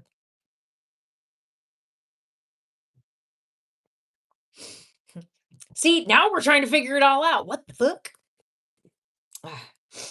Bert stayed with me in the hospital. 28. Bert stayed with me in the hospital as I was healing from the womb raider botch job. My little girl regained her strength after a few days. The doctor was worried that if she got any bigger, it could potentially stretch my belly and reopen the wound. I was scheduled to be induced at 32 weeks. I need to call Jillian and Charlotte. They need to know that my little girl is coming early, I told Bert. Tom and Mark said they would bring the girls by to see you. They should be here soon, Bert informed me. You already called? Thank you, Bert, I said. After about an hour, Mark wheeled a very pregnant Jillian into the room, with Charlotte and Tom close behind. Bert and Tom assisted Charlotte into a chair. How far along are you now, Jillian? I asked. 39 weeks. I just want her out already, Jillian complained. I'm at 35 weeks and I feel the same way, Charlotte said, placing her hand on her belly. In 6 days, I'm being induced. The doctor is worried about my little girl stretching out my belly anymore and possibly reopening the wound, I told them. So, what the hell happened with Jasper? Tom blurted. Tom, we talked about this on the way over. You weren't supposed to mention it, Charlotte scolded him, backhanding her husband on his thigh as he stood next to her. It's okay. I understand. Faith is looking and she will be telling me what she find and she will tell me what she finds once I am home after the baby is born, I told them. Good. So that means we don't have to talk about this right now, Jillian said, hunching over and grabbing her belly. I think I might be in labor. Mark grabbed the wheelchair and wheeled Jillian out to the nurse's station as she breathed through her contractions. Charlotte and Tom stayed in the room with me and Bert. How crazy would it be if our girls were all born in the same week? Charlotte said, rubbing her belly. Do they have a name picked out yet? I wondered. I don't know. Jillian said they wanted it to be a surprise, Charlotte told me. What about you? Do you have a name picked out? I asked. We do, but I think we're going to keep it a surprise as well, Tom said. Oh, you do you? Charlotte said, laughing. It's not a secret or anything. Jasper and I had come up with a name for our little girl, but I don't want to use it anymore. I don't want to give him the satisfaction of any sort of connection to my baby. She's my baby, I cried. Okay, Mackenzie, do you want to get some sleep? Bert asked as he stepped back into the room. No, I'm fine. I'm sorry. I guess it's all just hitting me right now. I'm going to be a single mother now. All my kids back at the center will no longer have a male role model to look up to. How are they doing? Is Kensington doing okay without me there? Is Lavender able to handle any issues they might be dealing with? Do they need me to come home? Because I could probably get the doctor to allow me to rest at home if the kids need me, I inquired. Gabrielle is frustrating Lavender. She said if you don't come back soon, she's going to leave with her sisters, Charlotte informed me. Bert, while Charlotte and Tom are here, will you please run over to the center and get Lavender? Maybe if you bring her here with me, I can talk to her and reassure her that she is wanted. I don't want her to leave. I can't lose any of my children now. Also, please check on Kensington. He seems to have a hard time if I am gone for too long, I requested. I'll call Agent Lee and have Lavender brought here. I won't leave you unprotected. Don't worry, Mackenzie. I will help you get your life back together, Bert told me before stepping out of the room. So what's the deal with Bert? Tom asked. Nothing is the deal with Bert. He's the protective detail that Faith has given me. He's here to make sure I don't get hurt again, I told them. I think he likes you, Tom said, raising his eyebrows at me. I just want to focus on my children. That's it, I told him, pursing my lips. She's here. Priscilla Renee has been born, 6 pounds, 9 ounces, 19.5 inches long. Both baby and mama are doing great and will be able to go home in a couple of days, Mark announced as he ran into the room. That's great. Holy shit, that was fast. When can we see her? Charlotte asked. I think Jillian was in labor last night, even though she wouldn't admit it. If her labor had s- if her labor started last night, that would mean that she had been in labor for over 12 hours. By the time we were able to get into the labor and delivery room, she was already 10 centimeters dilated. The nurse immediately moved into delivery mode. Jillian has decided that she wants to spend some alone time with the baby first. She said she will bring the baby here. Okay. Sorry, I thought I could hear her. Um, she said she will bring the baby here before we leave, Mark informed before leaving the room. I'm so glad that she decided to spend some time alone with her little girl before others want to hold that baby. It gives her the initial bonding quiet time. Birth can be very chaotic, and if Jillian is relaxed for the first few hours of her little girl's life, it could set the mood for her whole life. It could reduce any anxiety and awkward social interactions. I commented I commended Jillian's decision. You don't think she is being selfish by withholding us from seeing the baby, Charlotte complained. Not at all. Think about it. You have spent 9 months relaxing and growing without a care in the world to all of a sudden have to breathe on your own. And to top it off, it's cold and you're probably hungry and there are bright lights in your face. Wouldn't you prefer a calm, relaxing birthday? I asked. Okay, I get your point. Maybe I will do the same thing, Charlotte said. I hope you do. We can all meet up at the center and show off our babies. Why would you want a bunch of people poking at your brand new baby hours after she was expelled from your body? I mentioned feeling a Braxton Hicks contraction and breathing through it. Are you okay, Mackenzie? Bert asked as he poked his head in the door. I'm fine. She just shifted. I lied. Is Faith on her way with Lavender? They should be here shortly, Bert told me. Do you know if they were bringing Kensington with me? I asked. I told Lee to check on him and use her judgment on whether or not he needed to see you, Bert informed me. Thank you, I told him, holding my hand out to get him to come back into the room. Oh, fuck. Bert stepped over to the opposite side of my bed from where Charlotte and Tom were and grabbed my hand. I was thankful that he was there and glad that I had made a new friend. Faith had to know that we would get along when she assigned him to be my protective detail.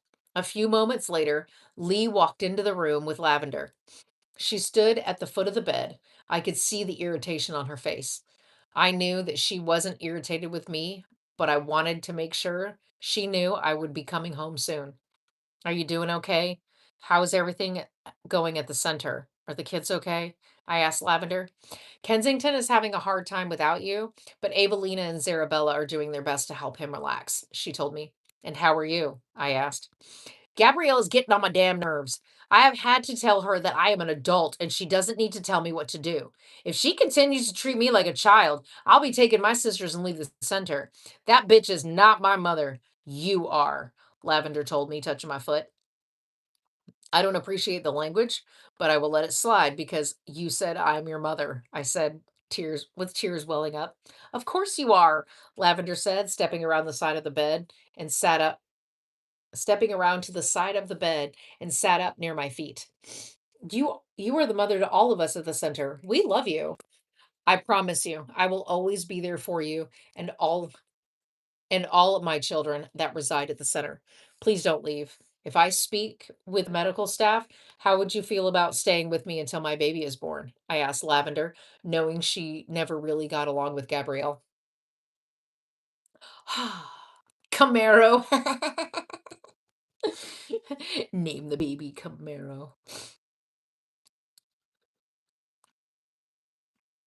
Oh no, it's raining. Aw. That's okay, Christy Jorgensen. I sent it your way.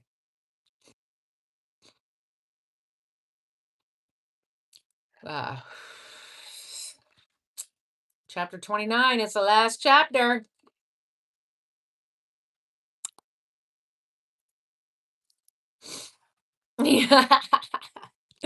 You are welcome. I'm sorry. YAW. um, you only had rain for 20 minutes? I had rain for like 4 hours today. It sucked.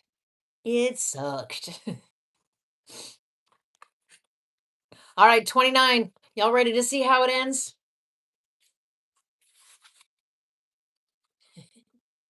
Are y'all ready to see how it ends? Who's ready for the ending? Okay.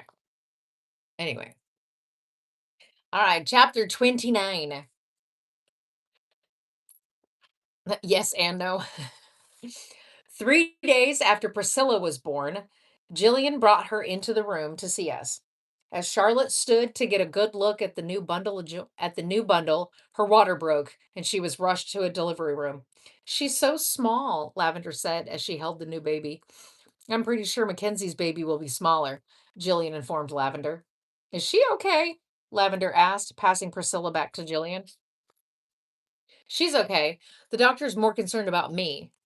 She doesn't want the baby to grow too big and potentially rip open the wound on my stomach, I told her. Are they at least going to make sure that it is safe enough for her to survive outside of your body? Lavender worried. Absolutely. I have an appointment tomorrow for for one of those fancy ultrasounds, I informed her. Thank goodness for that, Lavender said, laying down on the bed next to me. Penelope Grace is here, Tom announced a couple of hours later. 5 pounds, 4 ounces, 18 and a quarter inches long. She's a little small, but she is a few weeks early. Mama and baby are doing great. I'm so excited. Our little girls can have joint birthdays. Jillian squealed. That will be something to discuss with Charlotte, I said, laughing. So Jillian has Priscilla. Charlotte has Penelope. What name did you choose, Mackenzie? Lavender asked. I was waiting to see what names they had chosen so I wouldn't pick the same name. The three of us must be so connected because I was trying to decide between Piper and Paisley, I revealed. All three of you are going to have children with names that start with the letter P, Lavender laughed. Do you have a suggestion? I asked her. What was the name you chose with Jasper? She inquired. I'm not using it. I don't want to use that name, I said, tears pooling in my eyes. I didn't say you had to use it. I just want to know. Lavender said. Forget it. I'll figure it out on my own, I said, rubbing my face. For what it's worth, I like the name Paisley, Bert said from the doorway. Thank you, Bert. See, Lavender? That was helpful, I told her as she rolled her eyes.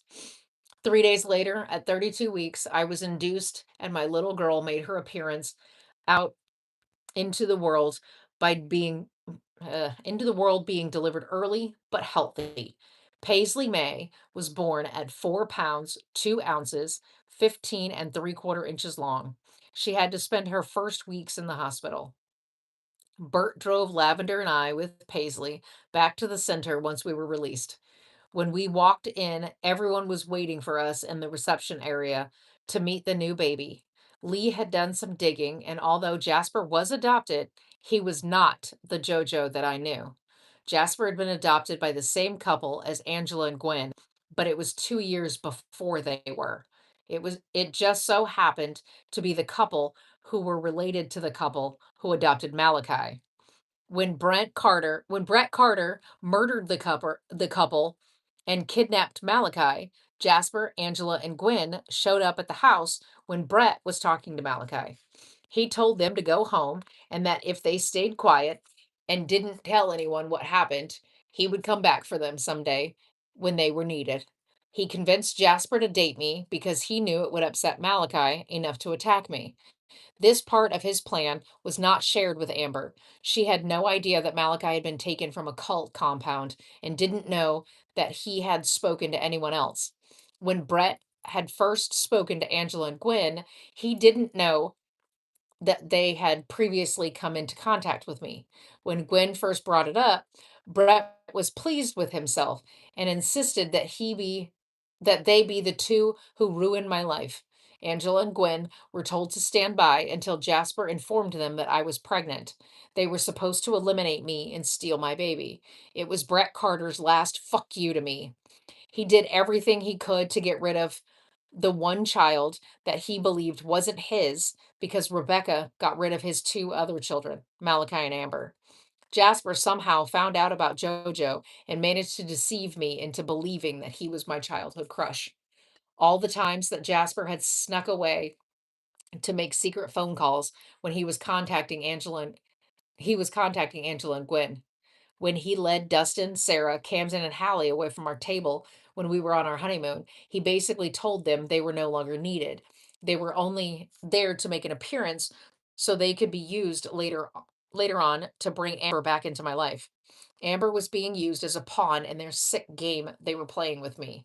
Jasper used the opportunity of Jenny being alone in her room to murder her and attempted to send me a sinister message. When he removed her uterus, it was his way of telling me that my baby would be stolen. Lee insisted that I be on high alert to anyone that I allowed into my life from that point on. Considering that Jasper, Angela, and Gwen come from a large cult family, they could at any point pass the gauntlet on to someone else. Luckily, Lee decided to do a full background check on Bert before allowing him to continue being my protective detail. She met his family and was relieved to find out that he was not adopted. Bert is going to be your full time armed guard. You and Paisley are not to be unguarded for any reason, Lee told me. Seeing as I will absolutely not ever let my daughter out of my sight, how long are we going to be under watch? I asked her. At this point, just until Jasper, Angela, Charlie, and Gwen are tried and convicted.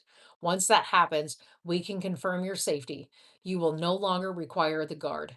On top of Bert personally guarding you and Paisley, you will also have a police officer at every door of the center. Ugh, Lee informed me. Thank you, Faith. I appreciate everything you have ever done for me my entire life. You have been more of a mother to me than any other woman I have ever known. I would love it if you would come visit us on a regular basis and be my little girl's gram, I requested. Mackenzie, I will always think of you like family. I guess now would be a good time to tell you I will be retiring once these four scumbags are sentenced. Would it be okay if I rent a room here after I retire, just so I can be closer to family? Lee asked. I would love for you to live here, I told her, crying as I hugged her. That was it. Was I finally normal life? Was this the end? How long would I feel safe before danger found me? As for now, I'm going to spend as much time with my baby girl and my foster children so they know how much I love them and that I will always be there for them.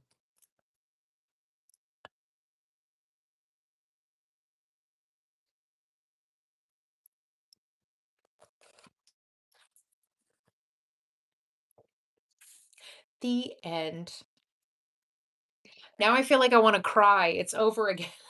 Hey, I cried when I finished it and had the last one published. I was like, "Those are my friends." Now I feel like I wanna cry because 'cause I'm done reading it now. I finished it all.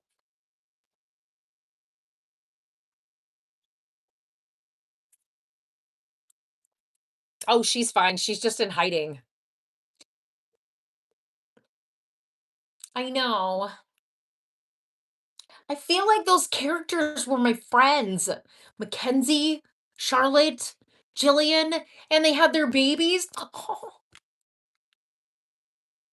what are we supposed to do now? I know.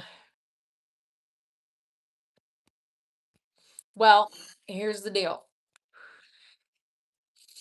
I have 3 more books that I have to write for my holiday collection, so that'll be done. And then all I'm doing at that point, once those are done being written, is edit. Edit, edit, edit. What? So next chapter with the 3. What? Are you chanting, Camaro? More books, more books.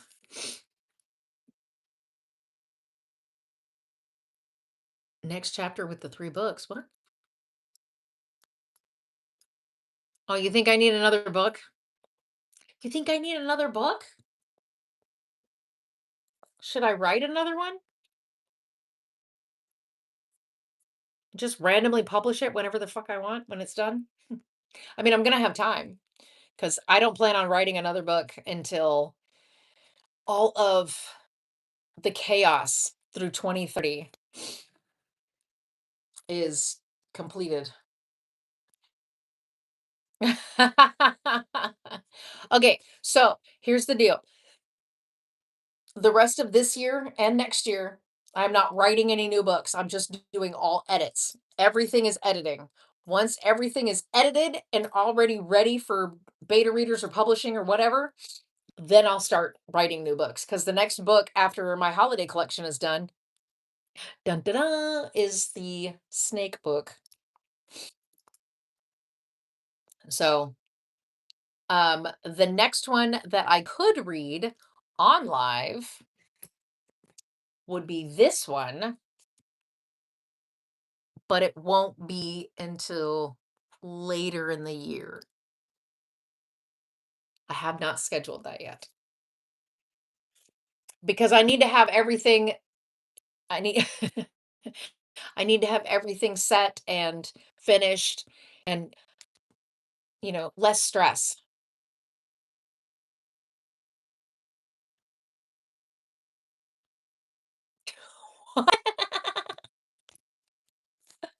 I'm so glad that you did not put that in the chat, Camaro.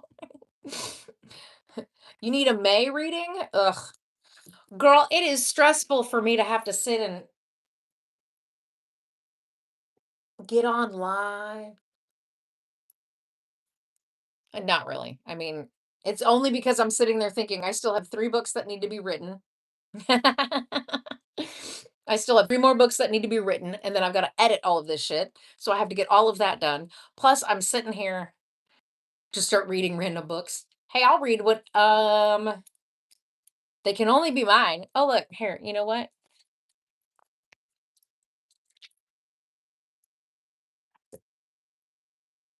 Welcome to all of my disciples. Please don't forget your Bible.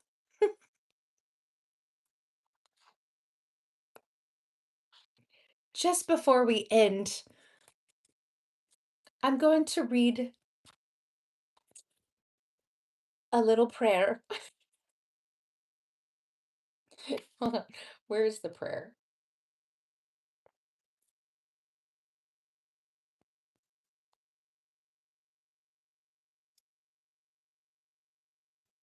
Ah, here we go. The evening prayer. Good night, Malachi. The evening prayer. At the end of this day, I thank you for all the guidance I have received from you. I hope I have made choices pleasing to you. I have listened to the leader you have chosen for me, and I can only do what is best for me. Please protect me through this night as I dream of your promised land. I am a disciple of God, and I will appease you in worship.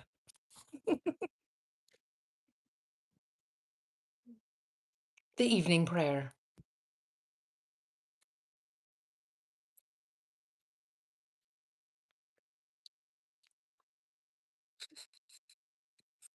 Anywho, uh, amen.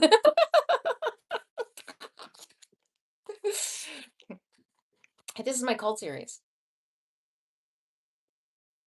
I want to invite everyone to get your copy of the Disciples' Doctrine. It is the Bible to the disciples. It will lead you, along with the guidance of the leader, through this life so that you too may go to the promised land.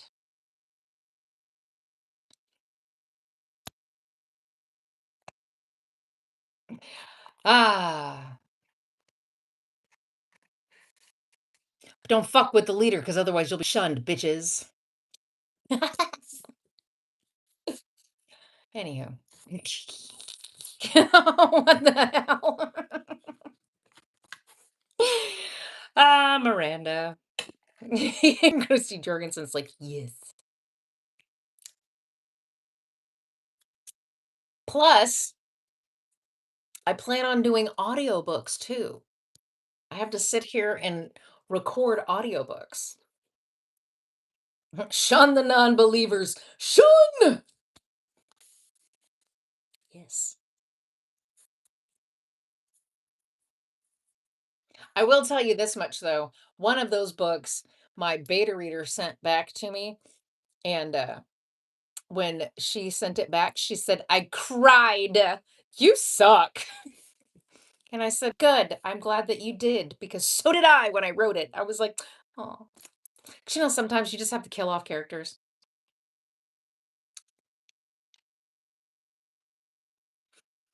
So my plan for doing audiobooks, because I have seen people reading for audiobooks on live on TikTok. I will not be showing the book, but I will be reading on live on TikTok. That is how I'm going to be doing my audiobooks. I can't read someone else's book. I think I've gone through that with the copyright page. It actually specifically states in the copyright page of every book, you cannot do that. The only reason why the audiobook people, yeah, the only reason why the audiobook people can actually do that is because they purchased the audio rights from the author. So they get paid to do that. So they have the right to do that. They can read it on live. They're getting paid to read or to create the audiobook. So, no, Jersey never comes in here. Are you kidding me? Rude.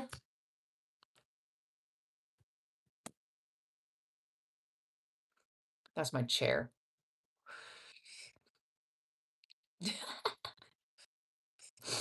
So, but the first one I will be reading will be this one. This is going to be the first audiobook that I'm going to read. Um, and these are mine. So these go back up here. Don't fall, please. Don't fall, please. I've already had an incident with that. Okay.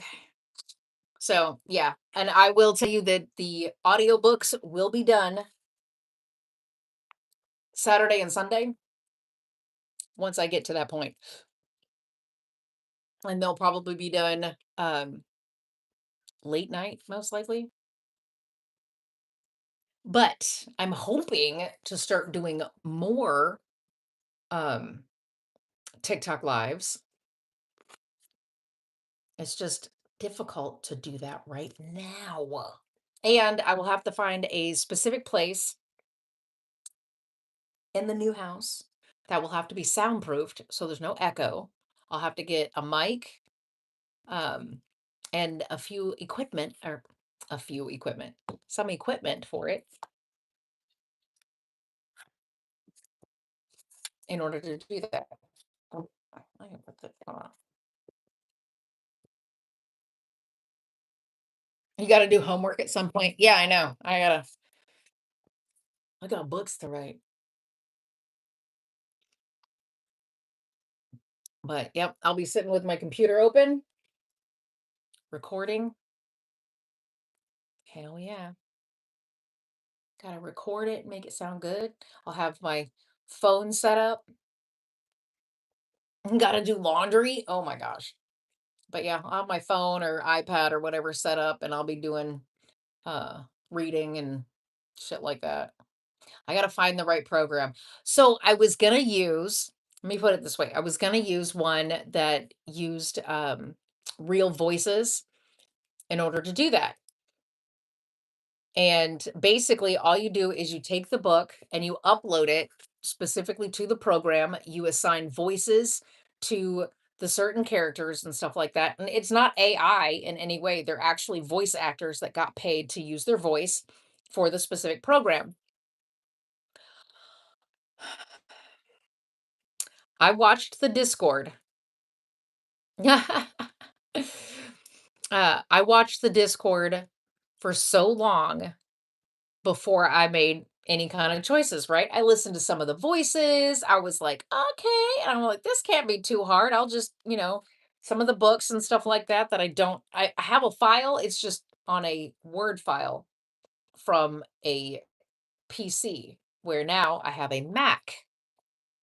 Um, so I would have to like reformat and shit like that in order to get it to upload into this file. And I'm watching people talk about it and everything else. And I'm sitting there going, I am not going to pay $500, 500 to $1,000, mind you, um, in order to create an audiobook when I could sit down and record it myself. It is going to take me a little bit longer, but I mean, I'm just saying. Exactly. It's like, first of all I'm doing is using your voices and I'm sorry, what? And then when I got further into it and looked at it, there was not a way for me to get that file to put it on my website. I couldn't do it that way. It had to be specifically purchased directly from them. So I'd have to send people to their website in order to purchase it. And then all I get is royalties from it. Exactly. Exactly. Difference is, though, is that I know that everybody's going to be laughing at my ass while I sit there and read it because then I'm going to be like, oh, okay, okay. I'm thinking that I might need the digital file pulled up on my computer to read it that way rather than reading it from the directly from the book too. So, okay, see, but here's the deal. If I'm reading it specifically for the audiobook, I will be very cognizant and make sure that I say the word wash very clearly. I am going to try not to say wash. Very, yeah, I will have to take that out if I have to. Exactly. Go wash your laundry. Go wash clothes, put them in the washing machine.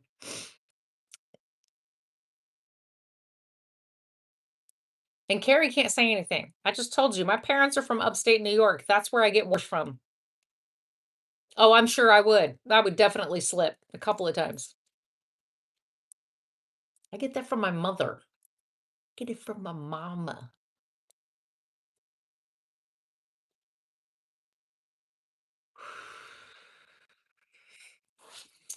They used to think it was funny in school too. Like, I've gotten a lot better about saying squash, but it sounds weird. It sounds weird. I would rather say I squished a spider because it sounds funnier. It sounds a little more right if I say I squished a spider. Plus, Aria likes to eat squash. Summer squash. Yeah. Summer squash, yellow squash, green squash, all the squash.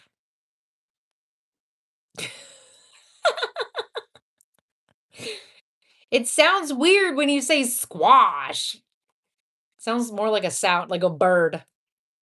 Sounds like a bird outside. Squash! Squash! I know. That was Hirsch.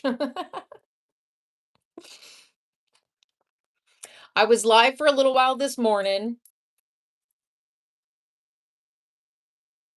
Can't even say what it is. It's worse. It's worse. I don't even notice I do that until someone else points it out. It sounds right when I say it.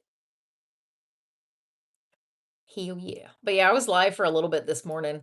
Apparently it wasn't that great, but it's the same. I think it's the same signal out there that it is here because some portions of their property have 5G and some portions of their property don't have 5G. Did everybody hear the horse? Now Lemur was there. Lemur was there this morning. Did you hear the horse? When the horse started making noise, I was like, "Ooh, I hear the horses." And nobody's comments were coming through. So nobody said whether or not they heard the horse. I think it was right before I put Ari away, before I left. But the horse next door made noise. Aw. Yeah, the horse next door to my parents made noise.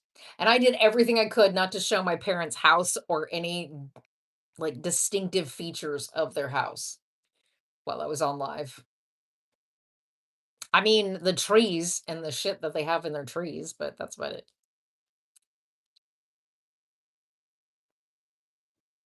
Shit, I got more followers this morning than I did anything else. More new followers than I did anything else. And I was trying to I posted a clip from this morning's live. So I did post a clip on TikTok from this morning's live. Um like I always do with music in the background. Only because I don't like hearing the sound of my voice sometimes. You saw it? Yeah. My parents are private people. They do not have social media. So I tried not to show any of their house. The one thing I did show though this morning was the little line on the patio where Aria will stay on the patio and she will not cross that line, which I think is so funny. Like she does not go past that line and it's I don't know. It's weird. I mean, she has gone to go chase a bug, but then she turned around and came back. But other than that, I think it's funny. And I have to be careful when she's up on the counter back there in that area because I was planning on going over there on Saturday during the open house to go live. But if their signal is just as bad out there, why the hell am I going to go live out there? Why am I going to go live on TikTok if their signal is just as bad? Oh, and my socks were wet. My socks were so wet by the time I came home. Their grass was just moist this morning. It was bad. So my shoes got wet. My socks got wet. The bottoms of my pants got wet. I was like 1990s style pants this morning. It was crazy. I know, I do too. I immediately, as soon as I got home and took my exactly moist socks. As soon as I got home and took my shoes off, I took my socks off, changed my socks. I was like, gotta have dry socks. I will say this much though, I have never stepped in dog pee. with socks on. Thank goodness. Knock on wood, which I can do on my desk because it is made out of real wood. It is Amish. Ugh. Oh, and not only that, so I did a drive-by past 2 of the houses that I've been looking at, and one of them is literally a 3-minute walk to the junior high. So I took that one off. I was like, "No, no, I cannot do that. I cannot do that close to the junior high. Absolutely not."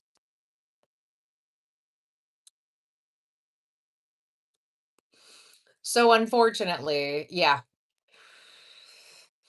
exactly. If I had kids that were going to that school, I'd be fine with it.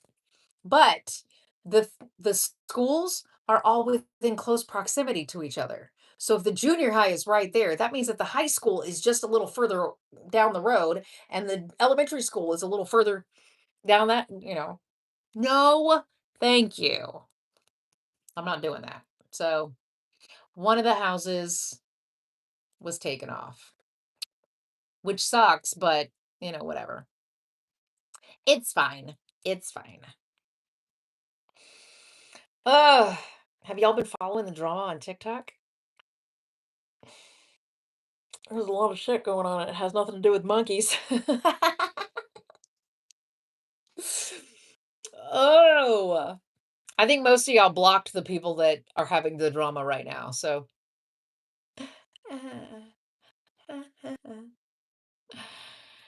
Ah,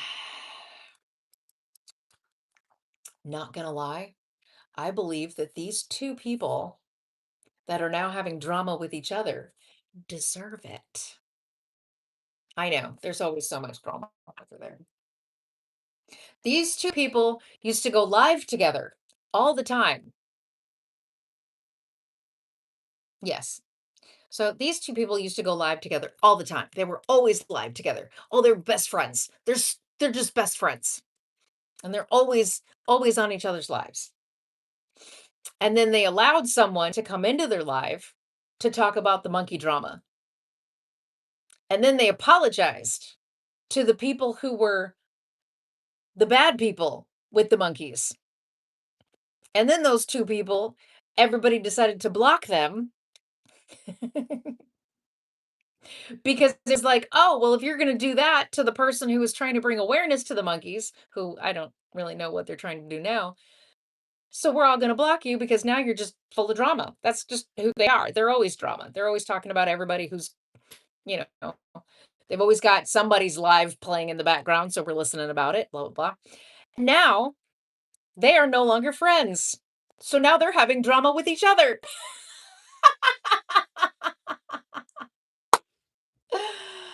Ah.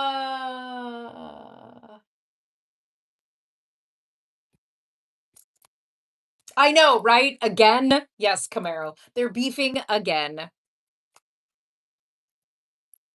Ah. No, Miranda. No. Camaro knows who I'm talking about. And Christy Jorgensen figured it out. I don't know where you get fish from. Where you get fish.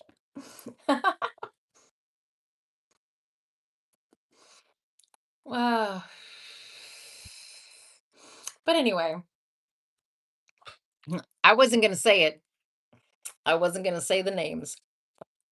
Okay, it is now 10:30. I do have a little bit of work that needs to be done. If y'all want more books, come out of my come out of my little fingers.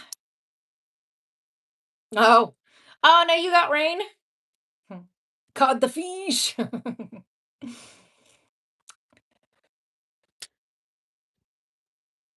Oh, yeah. Oh, and it was funny too because Jess was in there. I was in one live and I saw Jess come in. And then I was like, wait, who's she talking about? Then I figured out who she was talking about. And I was like, ooh. And then I saw that the other person went live and I was like, let's go over here and see what's going on. So I went over here. And then all of a sudden I saw Jess go into that one. And I was like, dude, she's trying to do the same thing I am. So then I texted her and I was like, I see you. Uh, just following the drama. Oh, what is her name on TikTok? It's like spooky Halloween vibes or something like that. Spooky cozy vibes? Halloween cozy Halloween vibes? Something like that. I just thought it was funny that we were both doing the same thing. We were going in this live and then going, "Uh-oh, they're beefing." And then all of a sudden, there it is. Yes, that's what it is. Spooky cozy vibes. So so it was like we both went into this live and then we both went into this live and it was like, oh, who's drama? Who's got what? You got this one who is sad because they're no longer friends because she lied. And you got this one who goes, I don't have to explain myself to anybody, so fuck you, kind of thing. And it's like, wow. Oh, absolutely. Absolutely. That's the whole thing, too. When you get people that, I don't know, when you get people that thrive on drama and that's how they've come together is because of drama, they're going to create drama for themselves. And it's going to be,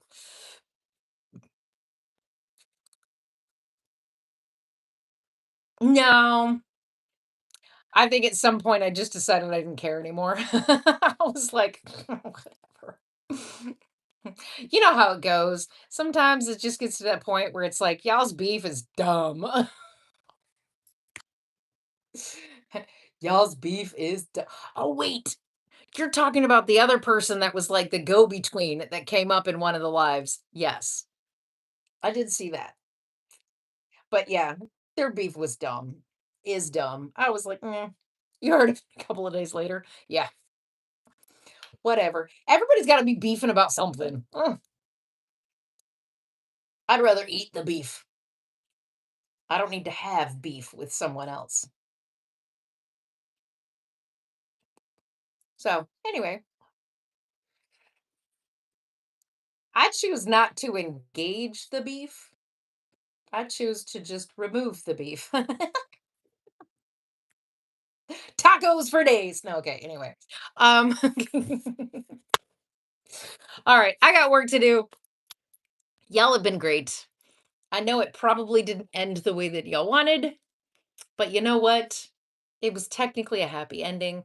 I could potentially make another one or write another one just because now that I've read it, I could be like, oh, we gotta have everybody good. But anyway, yeah, I got work to do. She's inside her little cubby hole. She's inside there. She's been sleeping in there now. I know, me either. Yeah, me either. I just have it specifically because of drama. You know how it is. Sometimes you like to just look from the outside. It's like, I'll watch from the outside, but no, thank you. Anyway, all right, y'all. Thanks for hanging out with me for the last few days and the months that I've been reading these books. But all right, y'all are great. I'll see y'all on TikTok tomorrow because tomorrow's Friday. But I'll be there as long as it's not raining. You know what? Screw it. I'll just go early live, or I'll just go live early tomorrow whenever there's no rain. Hopefully, it's not cloudy either. But anyway, it has been fun. I love it. All right, bye, y'all.